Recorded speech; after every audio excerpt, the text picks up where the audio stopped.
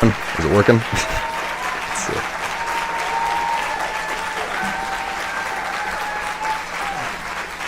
Thank you.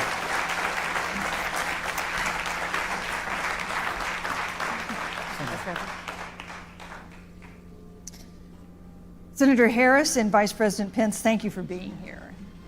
We're meeting as President Trump and the First Lady continue to undergo treatment in Washington after testing positive for COVID-19. We send our thoughts and prayers to them for their rapid and complete recovery and for the recovery of everyone afflicted by the coronavirus. The two campaigns and the Commission on Presidential Debates have agreed to the ground rules for tonight. I'm here to enforce them on behalf of the millions of Americans who are watching. One note, no one in either campaign or at the Commission or anywhere else has been told in advance what topics I'll raise or what questions I'll ask. This 90-minute debate will be divided into 9 segments of about 10 minutes each. I'll begin a segment by posing a question to each of you, sometimes the same question, sometimes a different question on the same topic. You will then have 2 minutes to answer without interruption by me or the other candidate. Then we'll take 6 minutes or so to discuss the issue. At that point, although there will always be more to say, we'll move on to the next topic. We want a debate that is lively, but Americans also deserve a discussion that is civil. These are tumultuous times, but we can and will have a respectful exchange about the big issues facing our nation. Let's begin with the ongoing pandemic that has cost our country so much. Senator Harris, the coronavirus is not under control. Over the past week, Johns Hopkins reports that 39 states have had more COVID cases over the past 7 days than in the week before. 9 states have set new records. Even if a vaccine is released soon, the next administration will face hard choices. What would a Biden administration do in January and February that a Trump administration wouldn't do? Would you impose new lockdowns for businesses and schools and hotspots? A federal mandate to wear masks? You have 2 minutes to respond without interruption. Thank you, Susan.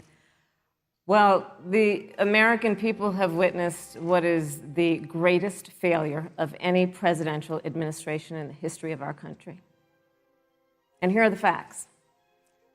210,000 dead people in our country in just the last several months. Over 7 million people who have contracted this disease. 1 in 5 businesses closed. We're looking at frontline workers who have been treated like sacrificial workers. We are looking at over 30 million people who in the last several months had to file for unemployment. And here's the thing. On January 28th, the Vice President and the President were informed about the nature of this pandemic. They were informed that it's lethal in consequence, that it is airborne, that it will affect young people, and that it would be contracted because it is airborne. And they knew what was happening and they didn't tell you. Can you imagine if you knew on January 28th, as opposed to March 13th, what they knew, what you might have done to prepare? They knew and they covered it up. The president said it was a hoax. They minimized the seriousness of it. The president said, you're on one side of his ledger if you wear a mask, you're on the other side of his ledger if you don't. And in spite of all of that, today they still don't have a plan. They still don't have a plan. Well, Joe Biden does. And our plan is about what we need to do around a national strategy for contact tracing, for testing, for administration of the vaccine, and making sure that it will be free for all. That is the plan that Joe Biden has and that I have, knowing that we have to get a hold of what has been going on, and we need to save our country. And Joe Biden is the best leader to do that, and frankly, this administration has forfeited their right to re-election based on this. Thank you, Senator Harris. Vice President Pence, more than 210,000 Americans have died of COVID-19 since February. The U.S. death toll as a percentage of our population is higher than that of almost every other wealthy nation on earth. For instance, our death rate is 2.5 times that of Canada next door. You head the administration's coronavirus task force. Why is the U.S. death toll as a percentage of our population higher than that of almost every other wealthy country? And you have 2 minutes to respond without interruption. Susan, thank you. And I want to thank the Commission and the University of Utah for hosting this event. And Senator Harris, it's a privilege to be on the stage with you. And our nation has gone through a very challenging time this year. But I want the American people to know that from the very first day, President Donald Trump has put the health of America first. Before, there were more than 5 cases in the United States, all people who had returned from China. President Donald Trump did what no other American president had ever done, and that was he suspended all travel from China, the second largest economy in the world. Now, Senator Joe Biden opposed that decision. He said it was xenophobic and hysterical. But I can tell you, having led the White House Coronavirus Task Force, that decision alone by President Trump bought us invaluable time to stand up the greatest national mobilization since World War II. And I believe it saved hundreds of thousands of American lives. Because with that time, we were able to reinvent testing. More than 115 million tests have been done to date. We were able to see to the delivery of billions of supplies so our doctors and nurses had the resource and support they needed. And we began, really, before the month of February was out, to develop a vaccine and to develop medicines and therapeutics that have been saving lives all along the way. And under President Trump's leadership, Operation Warp Speed, we believe, will have literally tens of millions of doses of a vaccine before the end of this year. The reality is, when you look at the Biden plan, it reads an awful lot like what President Trump and I and our task force have been doing every step of the way. And quite frankly, when I look at their plan that talks about advancing testing, creating new PPE, developing a vaccine, it looks a little bit like plagiarism, which is something Joe Biden knows a little bit about. And I think the American people know that this is a president who has put the health of America first, and the American people, I believe with my heart, can be proud of the sacrifices they have made. It's saved countless American lives. Senator Harris, would you like to respond? Absolutely. Whatever the vice president is claiming the administration has done, clearly it hasn't worked. When you're looking at over 210,000 dead bodies in our country, American lives that have been lost, families that are grieving that loss. And you know, the vice president is the head of the task force and knew on January 28th how serious this was. And then thanks to Bob Woodward, we learned that they knew about it. And then when that was exposed, the vice president said, when asked, well, why didn't y'all tell anybody? He said, because the president wanted people to remain calm. Well, let's get no, but Susan, this is important. Susan, I want to add, but Mr. Vice President, I'm speaking. I'm speaking. Yeah, you can have 15 more seconds, and then we'll give the vice president a chance to respond. So I want to ask the American people, how calm were you when you were panicked about where you're going to get your next roll of toilet paper? How calm were you when your kids were sent home from school and you didn't know when they could go back? How calm were you when your children couldn't see your parents because you were afraid they could kill them? Let's give Vice President Pence a chance to respond. Vice President Pence, you have 1 minute to respond. You know, there's not a day gone by that I haven't thought of every American family that's lost a loved one. And I want all of you to know that you'll always be in our hearts and in our prayers. But when you say what the American people have done over these last 8 months hasn't worked, that's a great disservice to the sacrifices the American people have made. The reality, if I may finish, Senator, the reality is Dr. Fauci said everything that he told the president in the Oval Office, the president told the American people. Now, President Trump, I will tell you, has boundless confidence in the American people, and he always spoke with confidence that we'd get through this together. But when you say it hasn't worked, when Dr. Fauci and Dr. Birx and our medical experts came to us in the second week of March, they said if the president didn't take the unprecedented step of shutting down roughly half of the American economy, that we could lose 2.2 million Americans. Now, that's the reality. Thank you. They also said to us if we did everything right, Susan, we could still lose more than 200,000 Americans. Vice President Now, one Pence, life lost is too many, Susan. But the American people, I believe, deserve credit for the sacrifices that they have made, putting the health of their family and their neighbors first, our doctors, our nurses, our first responders. Thank you, Vice President Pence. And I'm going to speak up on behalf of what the American people have done. Vice President Pence, you were in the front row in a Rose Garden event 11 days ago at what seems to have been a super spreader event for senior administration and congressional officials. No social distancing, few masks, and now a cluster of coronavirus cases among those who were there. How can you expect Americans to follow the administration's safety guidelines to protect themselves from COVID when you at the White House have not been doing so? Well, the American people have demonstrated over the last 8 months that when given the facts, they're willing to put the health of their families and their neighbors and people they don't even know first.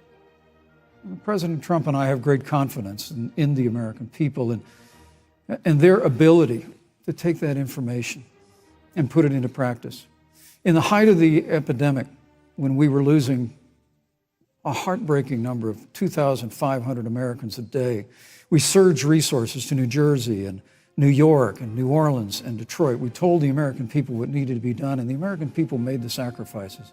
When the outbreak in the Sun Belt happened this summer, again, Americans stepped forward. But the reality is the work of the President of the United States goes on. A vacancy on the Supreme Court of the United States has come upon us, and the President introduced Judge Amy Coney Barrett. Thank you, Vice President At Pence. that, if I may say, that Rose Garden event, there's been a great deal of speculation about it. My wife Karen and I were there and honored to be there. Many of the people who were at that event, Susan, actually were tested for coronavirus, and it was an outdoor event, which all of our scientists regularly and routinely advise. The difference here is President Trump and I trust the American people to make choices in the best interest of their health. Joe Biden and Kamala Harris consistently talk about mandates, and not just mandates with the coronavirus, but a government takeover of health care, Thank you, the Green New Deal, all government control. We're about freedom and respecting the freedom of the American people. Let's talk about respecting the American people. You respect the American people when you tell them the truth.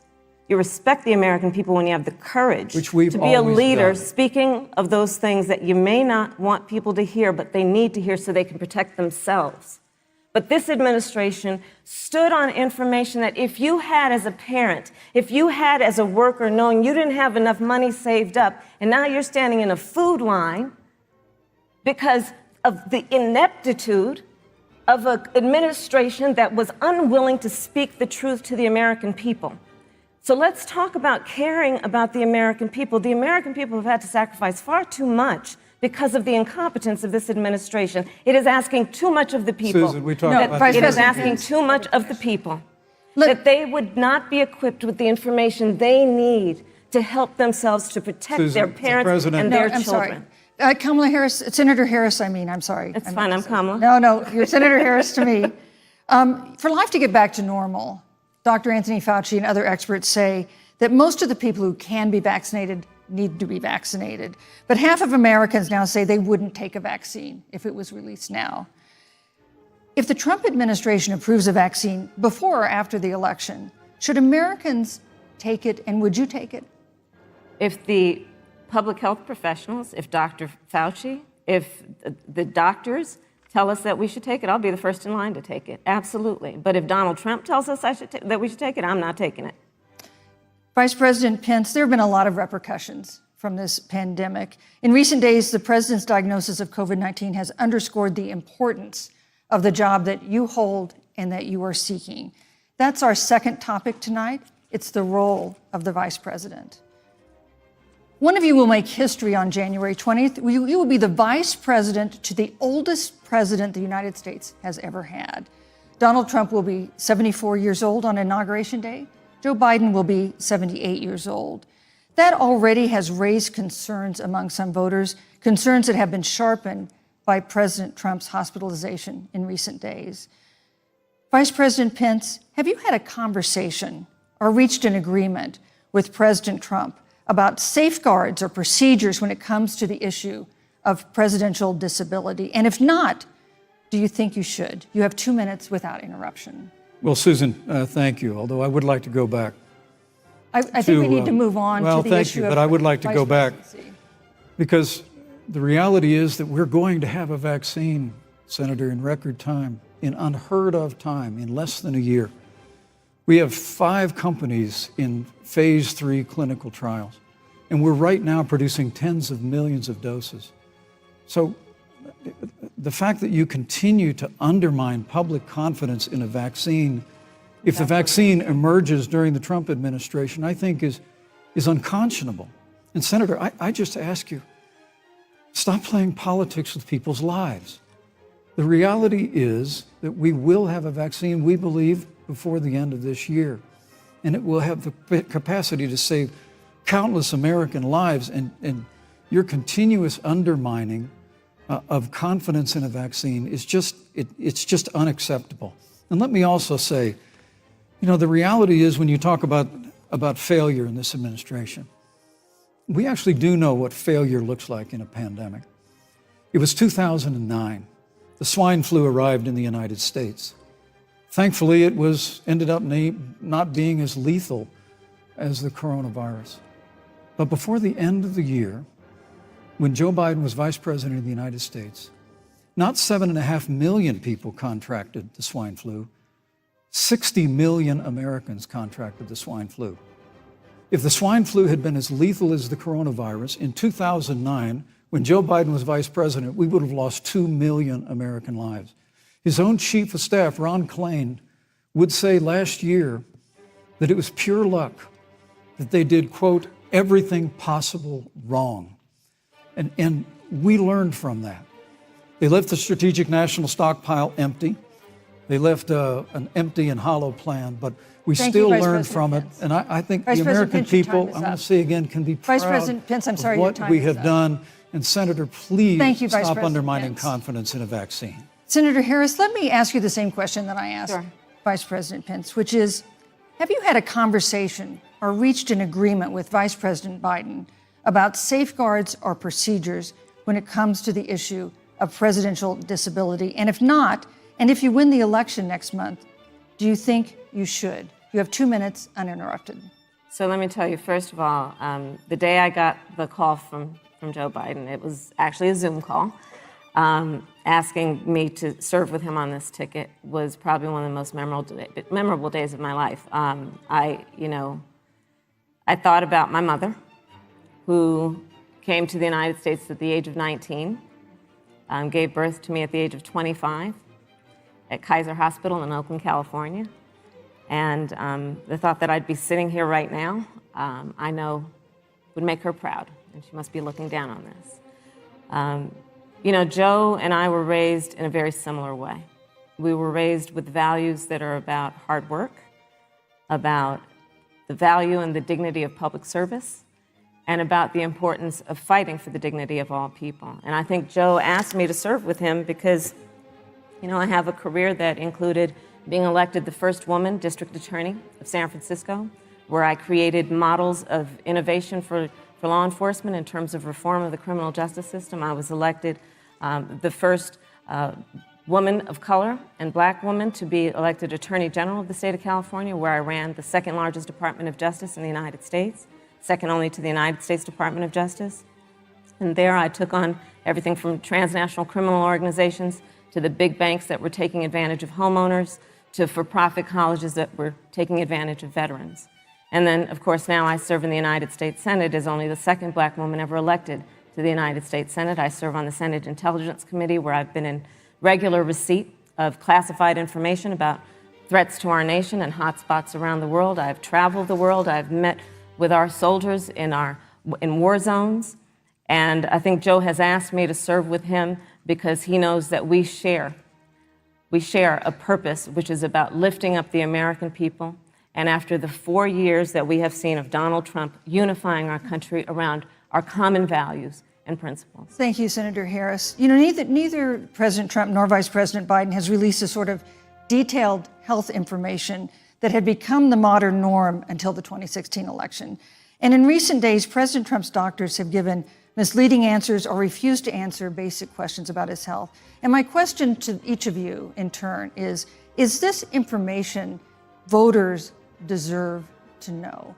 Vice President Pence, would you like to go first? Well, Susan, thank you. And let me say, on behalf of the President, and the First Lady how moved we've all been by the outpouring of prayers and concern for the President. And I do believe it's emblematic of the prayers and the concern that have ushered forth for every American impacted by the coronavirus. But the care the President received at Walter Reed Hospital, the White House doctors, was exceptional. And the transparency that they practiced all along the way will continue. The American people have a right to know about the health and well-being of their president, and will continue to do that. But I'm just extremely grateful and was more than a little moved by the broad and bipartisan support. And Senator, I want to thank you and Joe Biden for your expressions of genuine concern. And I also want to congratulate you, as I did on that phone call, on the historic nature of your nomination. Thank you. I never expected to be on this stage 4 years ago, so I know the feeling. But the reality is we've got an election before the American people in the midst of this challenging year. And the stakes have never been higher, but I think the choice has never been clearer. I want to give Senator Harris a chance to respond to the same question I asked, which is, do voters have a right to know more detailed health information about presidential candidates and especially about presidents, especially when they're facing some kind of challenge? Absolutely, and that's why Joe Biden has been so incredibly transparent, and certainly by contrast, the president has not, both in terms of health records, but also let's look at taxes.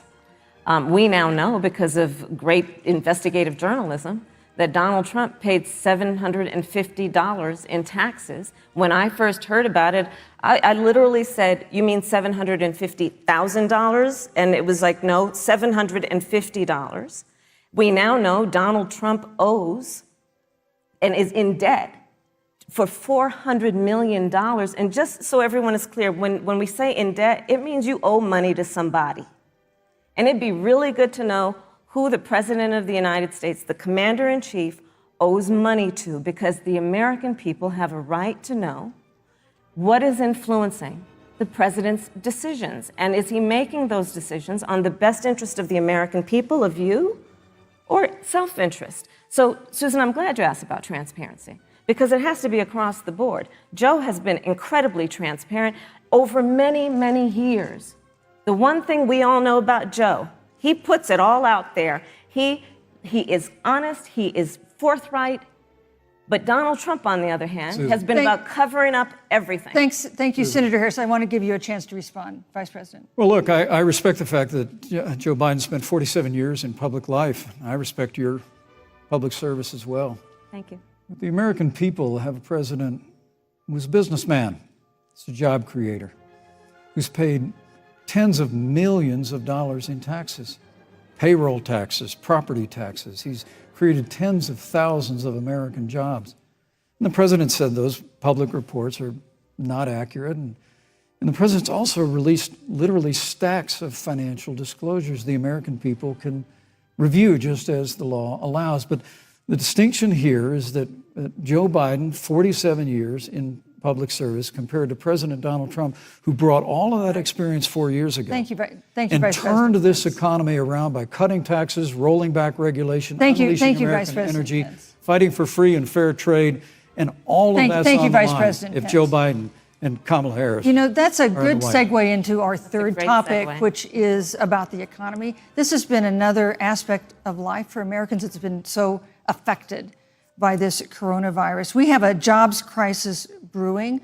On Friday, we learned that the unemployment rate had declined to 7.9% in September, but the job growth had stalled, and that was before the latest round of layoffs and furloughs in the airline industry at Disney and elsewhere. Hundreds of thousands of discouraged workers have stopped looking for work. Nearly 11 million jobs that existed at the beginning of the year haven't been replaced. Those hardest hit include Latinos, Blacks, and women. Senator Harris, the Biden-Harris campaign has proposed new programs to boost the economy, and you would pay for that new spending by raising $4 trillion in taxes on wealthy individuals and corporations. Some economists warn that could curb entrepreneurial ventures that fuel growth and create jobs. Would raising taxes put the recovery at risk? And you have 2 minutes to answer uninterrupted. Thank you. On the issue of the economy, I think there couldn't be a more fundamental difference between Donald Trump and Joe Biden. Joe Biden believes you measure the health and the strength of America's economy based on the health and the strength of the American worker and the American family. On the other hand, you have Donald Trump, who measures the strength of the economy based on how rich people are doing, which is why he passed a tax bill benefiting the top 1% and the biggest corporations of America, leading to a $2 trillion deficit that the American people are going to have to pay for. On day one, Joe Biden will repeal that tax bill. He'll get rid of it. And what he'll do with the money is invest it in the American people. And through a plan that is about investing in infrastructure, something that Donald Trump said he would do. I remember hearing about some infrastructure week. I don't think it ever happened. But Joe Biden will do that. He'll invest in infrastructure. It's about upgrading our roads and bridges, but also investing in clean energy and renewable energy. Joe is going to invest that money in what we need to do around innovation. There was a time when our country believed in science and invested in research and development so that we were an innovation leader on the globe. Joe Biden will use that money to invest in education. So, for example, for folks who want to go to a 2-year community college, it will be free. If you come from a family that makes less than $125,000, you'll go to a public university for free. And across the board, we'll make sure that if you have student loan debt, it's cut by $10,000. That's how Joe Biden thinks about the economy, which is it's about investing in the people of our country as opposed to passing a tax bill, which had the benefit of letting American corporations go offshore to do their business. Thank you, You're Senator welcome. Harris. Vice President Pence, your administration has been predicting a rapid and robust recovery, but the latest economic report suggests that's not happening. Should Americans be braced for an economic comeback that is going to take not months, but a year or more? You have 2 minutes to answer, uninterrupted. When President Trump and I took office, America had gone through the slowest economic recovery since the Great Depression. Because when Joe Biden was vice president, they tried to tax and spend and regulate and bail our way back to a growing economy. President Trump cut taxes across the board. Despite what Senator Harris says, the average American family of four had $2,000 in savings in taxes. And with the rise in wages that occurred, most predominantly for blue-collar, hardworking Americans, the average household income for a family of four increased by $4,000 following President Trump's tax cuts. But America, you just heard Senator Harris tell you, on day one, Joe Biden's going to raise your taxes. It's really remarkable to think, Susan. I mean, right after a time where we're going through a pandemic that lost 22 million jobs at the height, we've already added back 11.6 million jobs because we had a president who cut taxes, rolled back regulation, unleashed American energy, fought for free and fair trade, and secured $4 trillion from the Congress of the United States to give direct payments to families, save 50 million jobs through the Paycheck Protection Program. We literally have spared no expense to help the American people and the American worker through this. Joe Biden and Kamala Harris want to raise taxes. They want to bury our economy under a $2 trillion Green New Deal, which you were one of the original co-sponsors of in the United States Senate. They want to abolish fossil fuels and ban fracking, which would cost hundreds of thousands of American jobs all across the heartland. And Joe Biden wants to go back to the economic surrender to China, that when we took office, half of our international trade deficit was with China alone. And Joe Biden wants to repeal all of the tariffs that President Trump put into effect to fight for American jobs and American workers. Joe Biden says democracy's on the ballot. Make no mistake about it, Susan. The American economy, the American comeback is on the ballot with 4 more years of growth and opportunity, 4 more years of President Donald Trump. 2021 is going to be the biggest economic year in the history of this country. Thank you, Vice President Pence. Senator Harris. Well, I mean, I thought we saw enough of it in last week's debate, but I think this is supposed to be a debate based on fact and truth. And the truth and the fact is, Joe Biden has been very clear. He will not raise taxes on anybody who makes less than $400,000 a year. He said he's going to repeal the Trump tax cuts. Mr. Vice President, I'm speaking. Well, wait. I'm speaking. It'd be important if you said the truth. Joe Biden said twice in the debate last week that he's going to repeal the Trump tax cuts. That was tax cuts that gave the average working family $2,000 in a tax break every single year. That is, Senator, that is that's the math. absolutely not true. That Is he tax only bill- cutting? Is he only going to repeal part of the Trump tax cuts? If you don't mind letting me finish, we can then Please. have a conversation, okay? Please. Okay. Joe Biden will not raise taxes on anyone who makes less than $400,000 a year. He has been very clear about that.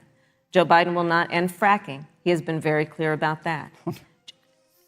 Joe Biden is the one who, during the Great Recession, was responsible for the Recovery Act that brought America back. And now the Trump-Pence administration wants to take credit when they rode the coattails of Joe Biden's success for the economy that they had at the beginning of their term. Of course, now the economy is a complete disaster. But Joe Biden, on the one hand, did that. On the other hand, you have Donald Trump, who has reigned over a recession that is being compared to the Great Depression. On the one hand, you have Joe Biden, who was responsible with President Barack Obama for the Affordable Care Act, which brought health care to over 20 million Americans and protected people with pre-existing conditions. And what it also did is it saved those families who otherwise were going bankrupt because of hospital bills they could not afford. On the other hand, you have Donald Trump, who's in court right now, trying to get rid of the Affordable Care Act, which means that you will lose protections if you have pre-existing conditions. And this is very important, Susan. Yes, and it's but important we need to give Vice President. I'd just like to, he interrupted me, and I'd like to just finish, please. If you have a pre-existing condition, heart disease, diabetes, breast cancer, they're coming for you. If you love someone who has a pre-existing condition, they're coming for you. If you are under the age of 26 on your parents' coverage, they're coming for you. Senator Harris, thank you. You're welcome. Let me give you a chance to respond. Well, I hope we have a chance to talk about health care because Obamacare was a disaster. The American people remember it well. And President Trump and I have a plan to improve health care and to protect pre-existing conditions for every American. But look, Senator Harris, you're entitled to your own opinion, but you're not entitled to your own facts. You yourself said on multiple occasions when you were running for president that you would ban fracking. Joe Biden looked at a supporter in the eye and pointed and said, I guarantee that we will abolish fossil fuels.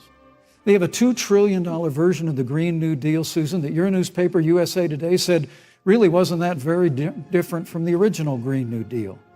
More taxes, more regulation, banning fracking, abolishing fossil fuel, crushing American energy, and economic surrender to China is a prescription for economic decline. President Trump and I will keep America growing. The V-shaped recovery that's underway right now will continue with 4 more years of President Donald Trump in the White House. Thank you very, very much, Vice President Pence. Once again, you've provided the perfect segue to a new topic, which is climate change.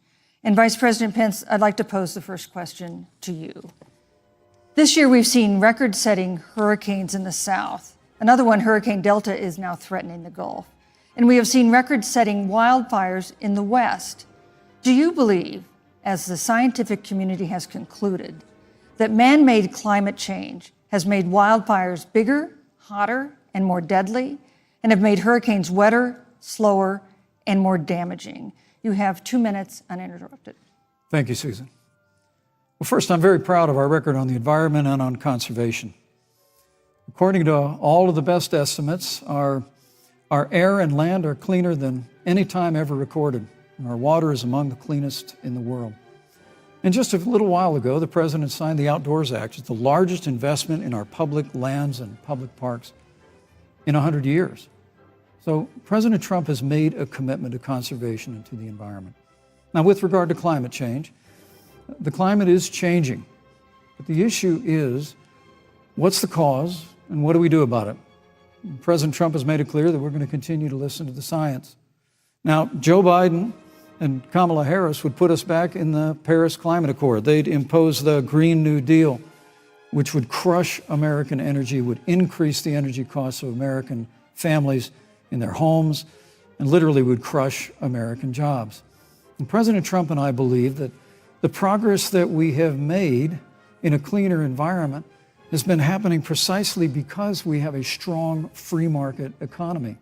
You know, what's remarkable is the United States has reduced CO2 more than the countries that are still in the Paris Climate Accord, but we've done it through innovation, and we've done it through natural gas and fracking, which, Senator, the American people can go look at the record. I know Joe Biden says otherwise now, as you do, but the both of you repeatedly committed to abolishing fossil fuel and banning fracking.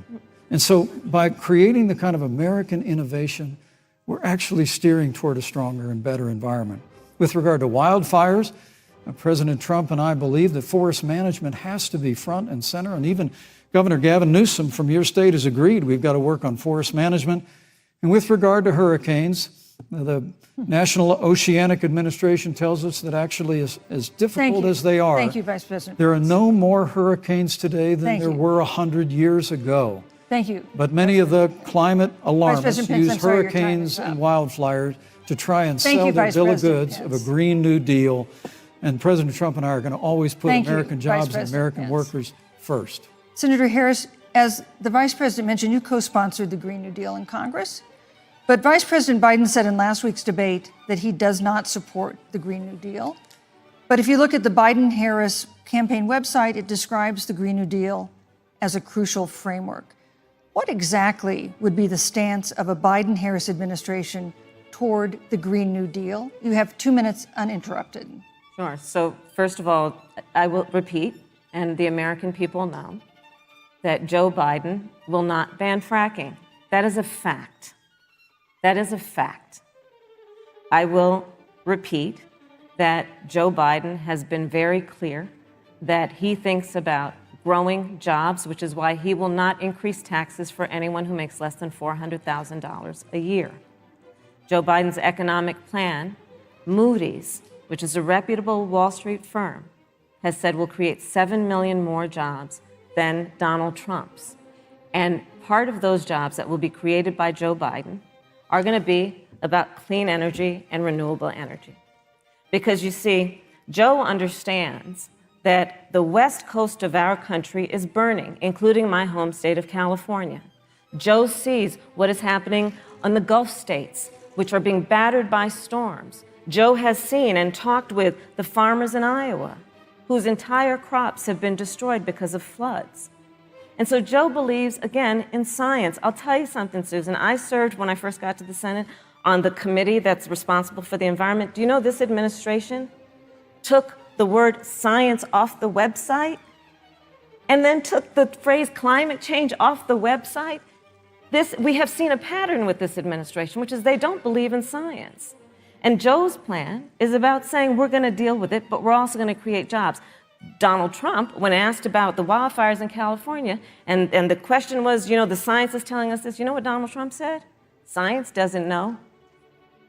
So let's talk about who is prepared to lead our country over the course of the next 4 years on what is an existential threat to us as human beings. Joe is about saying we're going to invest that in renewable energy. It's going to be about the creation of millions of jobs. We will achieve net zero emissions by 2050, carbon neutral by 2035. Joe has a plan.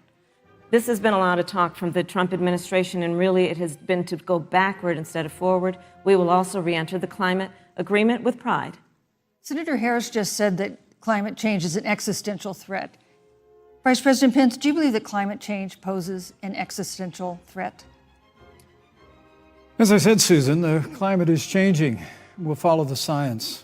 But once again, Senator Harris is denying the fact that they're going to raise taxes on every American. Joe Biden said twice in the debate last week that on day one he was going to repeal the Trump tax cuts. Those tax cuts delivered $2,000 in tax relief to the average family of four across America. And with regard to banning fracking, I just recommend that people look at the record. You yourself said repeatedly that you would ban fracking. You were the first Senate co-sponsor of the Green New Deal. And while Joe Biden denied the Green New Deal, Susan, thank you for pointing out, the Green New Deal is on their campaign website. And as USA Today said, it's essentially the same plan as you co-sponsored with AOC when she submitted it in the Senate. And you just heard the senator say that she's going to resubmit America to the Paris Climate Accord.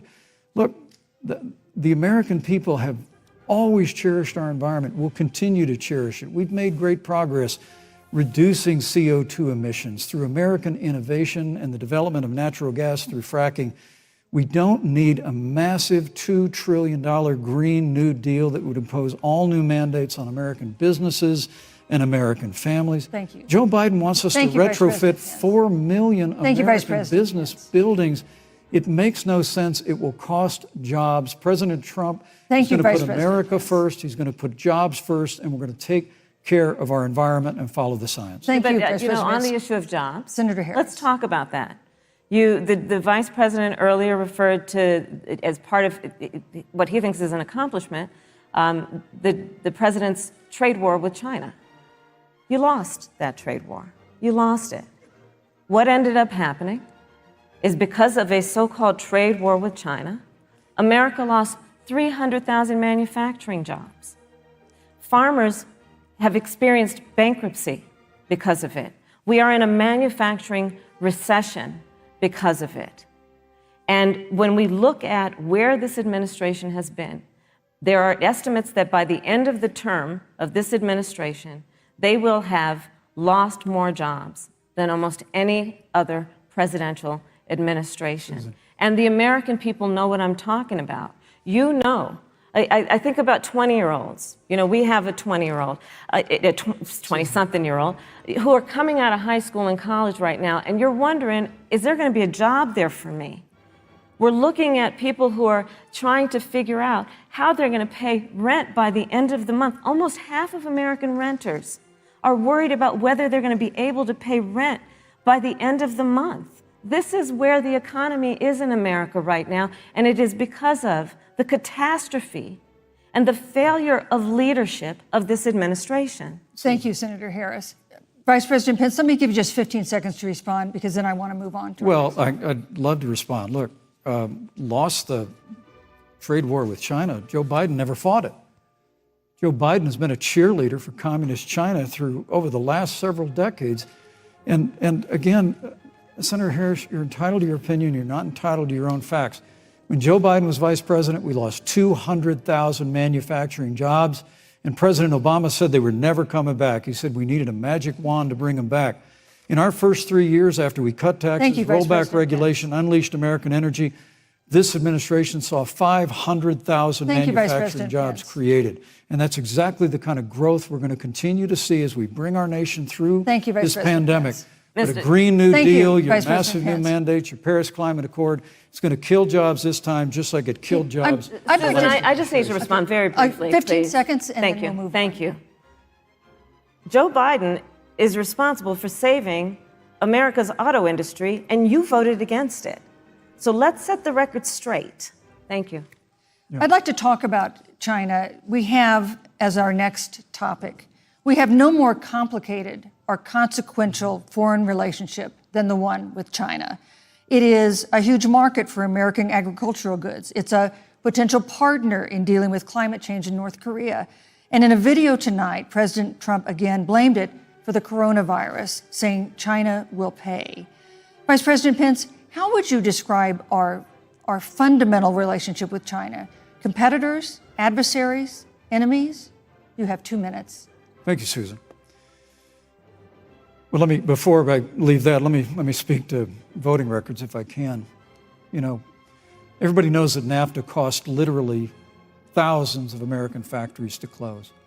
We saw automotive jobs go south of the border. President Trump fought to renegotiate NAFTA. And the United States-Mexico-Canada agreement is now the law of the land. American people deserve to know Senator Kamala Harris was one of only 10 members of the Senate to vote against the USMCA. It was a huge win for American auto workers. It was a huge win for American farmers, especially dairy in the upper Midwest. But Senator, you said it didn't go far enough on climate change, that you put your radical environmental agenda ahead of American auto workers and ahead of American jobs. The American people deserve to know that. It's probably why Newsweek magazine said that Kamala Harris was the most liberal member of the United States Senate in 2019. More liberal than Bernie Sanders, more liberal than any of the others in the United States Senate. So Now, with regard to China, look, Susan, first and foremost, China is to blame for the coronavirus. And President Trump is not happy about it. He's made that very clear, made it clear again today. China and the World Health Organization did not play straight with the American people. They did not let our personnel into China to get information on the coronavirus until the middle of February.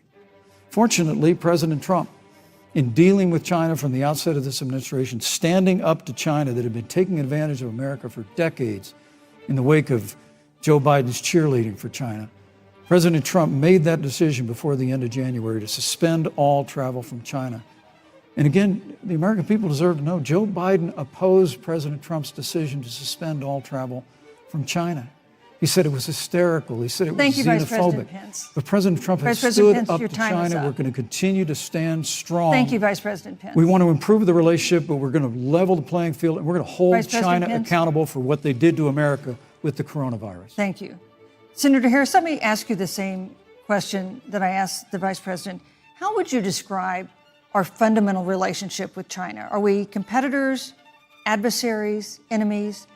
You'll have 2 minutes uninterrupted. Susan, the Trump administration's perspective and approach to China has resulted in the loss of American lives, American jobs, and America's standing. There's a weird obsession that President Trump has had with getting rid of whatever accomplishment was achieved by President Obama and Vice President Biden. For example, they created within the White House an office that basically was responsible for monitoring pandemics. They got rid of it. Not true. There was a team of disease experts that President Obama and Vice President Biden dispatched to China to monitor what is now predictable and what might happen. They pulled them out. We now are looking at 210,000 Americans who have lost their lives. Let's look at the job situation. We mentioned before the trade deal, the trade war, they wanted to call it, with China. It resulted in the loss of over 300 manufacturing jobs and a manufacturing recession, and the American consumer paying thousands of dollars more for goods because of that failed war that they called it. Then let's talk about standing. Pew, a reputable research firm, has done an analysis that shows that leaders of all of our formerly allied countries have now decided that they hold in greater esteem and respect Xi Jinping, the head of the Chinese Communist Party, than they do Donald Trump, the President of the United States, the Commander-in-Chief of the United States. This is where we are today because of a failure of leadership by this administration. Senator Harris, we've seen changes in the role of the United States in terms of global leadership over the past 4 years. And of course, times do change. What's your definition? We've seen strains with China, of course, as the Vice President mentioned. We've seen strains with our traditional allies in NATO and elsewhere. What is your definition of the role of American leadership in 2020? So, Joe is, I love talking with Joe about a lot of these issues. And, Joe, I think he said it quite well. He says, foreign policy, it might sound complicated, but really it's relationships. So just think about it as relationships. And so we know this in our personal and professional relationships. You got to keep your word to your friends.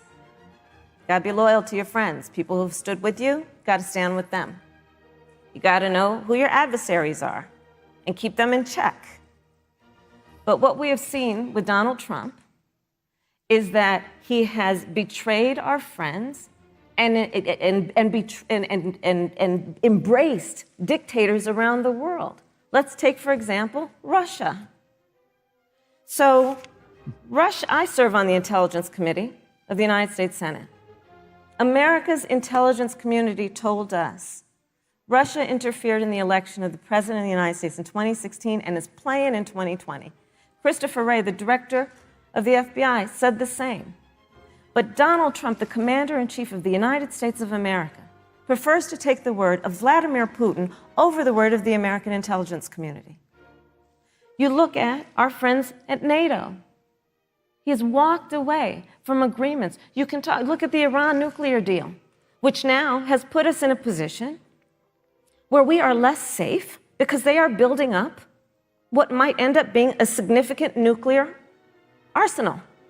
We were in that deal, guys. We were in the Iran nuclear deal with friends, with allies around the country. And because of Donald Trump's unilateral approach to foreign policy, coupled with his isolationism, he pulled us out and has made America less safe. So, Susan, it's about relationships.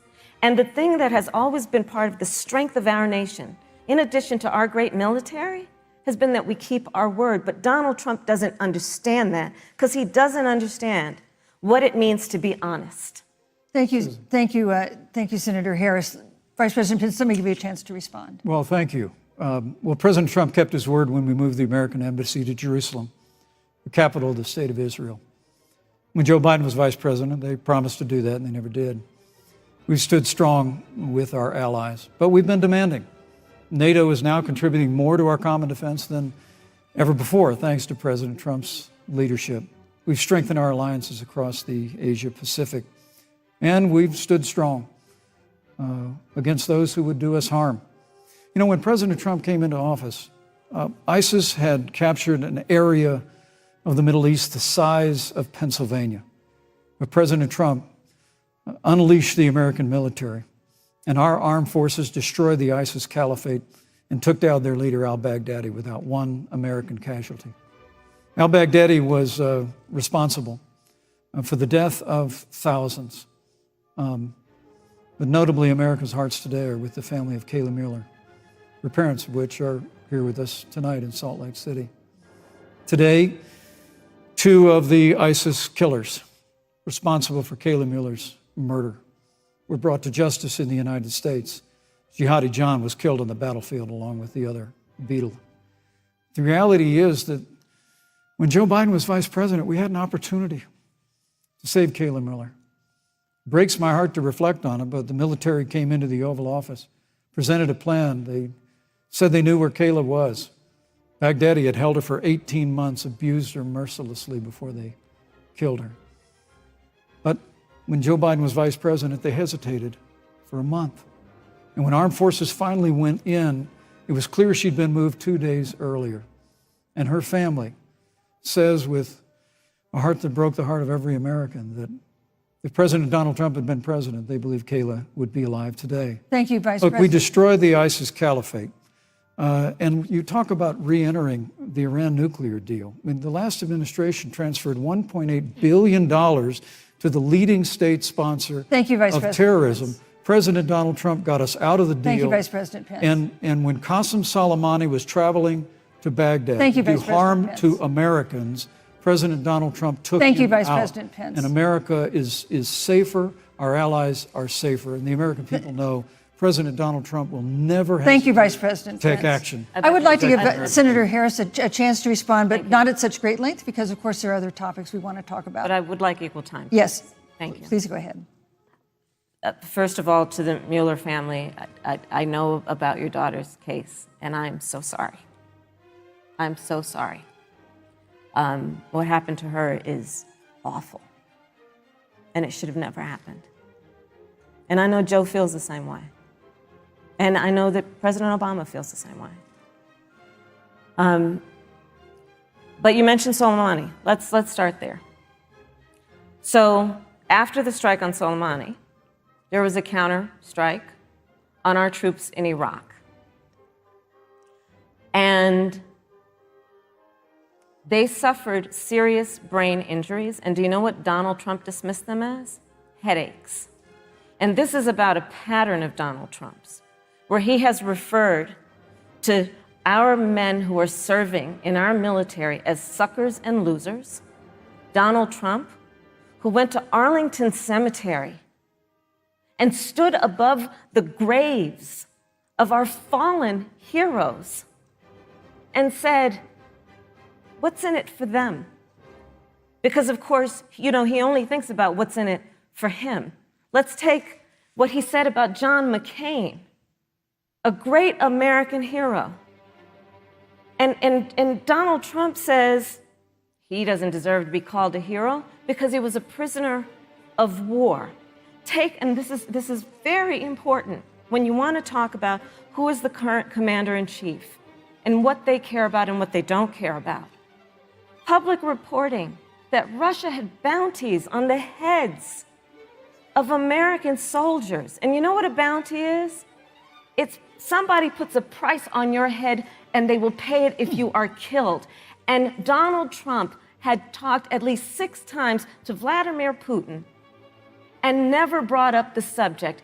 Joe Biden would never do that. Thank you. Joe Biden would, but Joe Biden would hold Russia to account for any threat to our nation's security or to our troops who are sacrificing their lives for the sake of our democracy and our safety. Thank you, Senator Harris. This is such an important issue, but we have other important issues as well. And Susan, I want to make sure we have a chance I really have to talk to respond about to that. I'm, Look, she has 15 seconds because Well, I gotta we're have trying more to than keep. that. Look. Well, I'm sorry, but Vice President Look, Pence, you've had more time than she's had so far. Slanders against President Donald Trump regarding men and women of our armed forces are absurd. I'm sorry, Vice My President son is Pence. a captain in the United Yes. States Marine Corps. My son-in-law is deployed in the United States Navy. I can assure all of you, with sons and daughters serving in our military, President Donald Trump not only respects but reveres all of those who serve in our armed forces, and any suggestion otherwise is ridiculous. But Let thank me you, also Vice President say Pence. the Vice American President people Pence, deserve, Susan, Vice the President American Pence, people I deserve to didn't, know. Vice President that- Pence, I did not, excuse me, Susan, the I did American not people create deserve the to know rules for tonight. Joe Biden Your and campaigns agreed to the rules for tonight's debate with the Commission on Presidential Debates. I'm here to enforce them, which involves moving from one topic to another, giving roughly equal time to both of you, right which is what I'm trying very hard to do. Go right ahead. So I want to go ahead and move to the next topic, which is an important one, as the last topic was, and that is the Supreme Court. On Monday, the Senate Judiciary Committee is scheduled to open hearings on Amy Coney Barrett's nomination to the Supreme Court. Senator Harris, you'll be there as a member of the committee. Her confirmation would cement the court's conservative majority and make it likely open to more abortion restrictions, even to overturning the landmark Roe v. Wade ruling. Access to abortion would then be up to the states. Vice President Pence, you're the former governor of Indiana. If Roe v. Wade is overturned, what would you want Indiana to do? Would you want your home state to ban all abortions? You have 2 minutes, uninterrupted. Well, thank you for the question, but I'll use a little bit of my time to respond to that very important issue before. The American people deserve to know Qasem Soleimani, the Iranian general, was responsible for the death of hundreds of American service members. When the opportunity came, we saw him headed to Baghdad to kill more Americans. President Trump didn't hesitate, and Qasem Soleimani is gone. But you deserve to know that Joe Biden and Kamala Harris actually criticized the decision to take out Qasem Soleimani. It's really inexplicable, but with regard to Joe Biden, it's explainable. Because history records that Joe Biden actually opposed the raid against Osama bin Laden. It's absolutely essential that we have a commander-in-chief who will not hesitate to act to protect American lives and to protect American service members, and that's what you have in President Donald Trump. Now, with regard to the Supreme Court of the United States, let me say President Trump and I could not be more enthusiastic about the opportunity to see Judge Amy Coney Barrett become Justice Amy Coney Barrett. Now, she's a brilliant woman, and she will bring a lifetime of experience and a sizable American family to the Supreme Court of the United States. And our hope is, in the hearing next week, unlike Justice Kavanaugh received with treatment from you and others, we hope she gets a fair hearing. And we particularly hope that we don't see the kind of attacks on her Christian faith that we saw before. I mean, the Democrat chairman of the Judiciary Committee before, when Judge Barrett was being confirmed for the Court of Appeals, expressed concern that the dogma of her faith lived loudly in her. Dick Durbin of Illinois said that it was a concern. Senator, I know one of our judicial nominees you actually attacked because they were a member of the Catholic Knights of Columbus, just because the Knights of Columbus holds pro-life views and Thank you. pro-marriage views. Thank you, Vice President Pence. So Your my time hope is is up. that when the hearing takes place, Thank you, Vice President Pence. that Judge Amy Coney Barrett will be respected, Thank you, treated Vice President respectfully, Pence. voted and confirmed Thank to the you. Supreme Court of the United States. Senator Harris, you're the senator from and former Attorney General of California. So let me ask you a parallel question to the one I posed to the Vice President. If Roe v. Wade is overturned, what would you want California to do? Would you want your home state to enact no restrictions on access to abortion? And you have 2 minutes uninterrupted. Thank you, Susan. First of all, Joe Biden and I are both people of faith, and it's insulting to suggest that we would knock anyone for their faith. And in fact, Joe, if elected, will be only the second practicing Catholic as President of the United States. On the issue of this nomination, Joe and I are very clear, as are the majority of the American people. We are 27 days before the decision about who will be the next president of the United States. And, you know, before, when this conversation has come up, you know, it's been about election year or election time. We're literally in an election. Over 4 million people have voted. People are in the process of voting right now. And so Joe has been very clear, as the American people are. Let the American people fill that seat in the White House, and then we'll fill that seat on the United States Supreme Court. And to your point, Susan, the issues before us couldn't be more serious. There's the issue of choice, and I will always fight for a woman's right to make a decision about her own body. It should be her decision and not that of Donald Trump and the Vice President, Michael Pence. But let's also look at what else is before the court. It's the Affordable Care Act. Like, literally in the midst of a public health pandemic, when over 210,000 people have died and 7 million people probably have what will be in the future considered a pre-existing condition because you contracted the virus. Donald Trump is in court right now trying to get rid of the Affordable Care Act. And I said it before, and it bears repeating.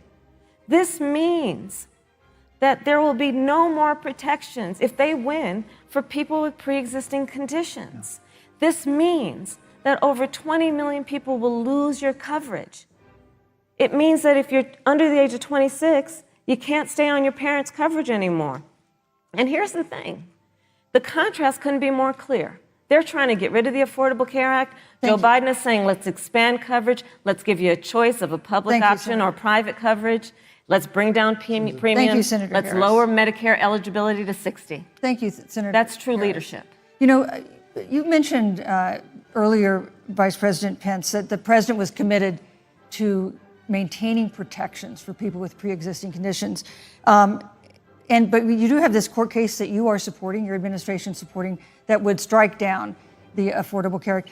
The president says, President Trump says that he's going to protect people with pre-existing conditions, but he has not explained how he would do that. And that was one of the toughest nuts to crack when they were passing the Affordable Care Act. So tell us specifically, how would your administration protect Americans with pre-existing conditions to have access to affordable insurance if the Affordable Care Act is struck down? Well, thank you, Susan. But let me just say, addressing your very first question, I couldn't be more proud to serve as vice president to a president who stands without apology for the sanctity of human life. I'm pro-life. I don't apologize for it. And this is another one of those cases where there's such a dramatic contrast. Joe Biden and Kamala Harris support taxpayer funding of abortion all the way up to the moment of birth. Late-term abortion. They want to increase funding to Planned Parenthood of America. Now, for our part, I would never presume how Judge Amy Coney Barrett would rule on the Supreme Court of the United States, but we'll continue to stand strong for the right to life. When you speak about the Supreme Court, though, I think the American people really deserve an answer, Senator Harris. Are you and Joe Biden going to pack the court if Judge Amy Coney Barrett is confirmed? I mean, there have been 29 vacancies on the Supreme Court during presidential election years, from George Washington to Barack Obama. Presidents have nominated in all 29 cases. But your party is actually openly advocating adding seats to the Supreme Court, which has had 9 seats for 150 years, if you don't get your way. This is a classic case of if you can't win by the rules, You're going to change the rules. Now, you've refused to answer the question. Joe Biden has refused to answer the question. So I think the American people would really like to know, if Judge Amy Coney Barrett is confirmed at the Supreme Court of the United States, are you and Joe Biden, if somehow you win this election, going to pack the Supreme Court to get your way? I'm so glad we went through a little history lesson. Let's do that a little more. In 1864... Well, I'd like you to answer the question. No, Mr. Vice President, I'm Please, speaking. very I'm fast. speaking. Okay. In 1864, one of the, I think, political heroes, certainly of the president, I assume of you also, Mr. Vice President, is Abraham Lincoln. Mm-hmm. Abraham Lincoln was up for re-election. And it was 27 days before the election. And a seat became open on the United States Supreme Court. Abraham Lincoln's party was in charge not only of the White House, but the Senate. But Honest Abe said it's not the right thing to do. The American people deserve to make the decision about who will be the next president of the United States. And then that person can select who will serve for a lifetime on the highest court of our land. And so Joe and I are very clear. The American people are voting right now, and it should be their decision about who will serve on this most important body for a lifetime. Thank you, And Senator the American Harris. people, Susan, are voting right now. They'd like to know if you and Joe Biden are going to pack the Supreme Court if you don't get your way in this nomination. Let's talk about packing. You once Come again on. gave a non-answer. Joe Biden gave a non-answer. Trying to answer you the now. American people deserve a straight answer. And if you haven't figured it out yet, the straight answer is they are going to pack the Supreme Court if they somehow win this election.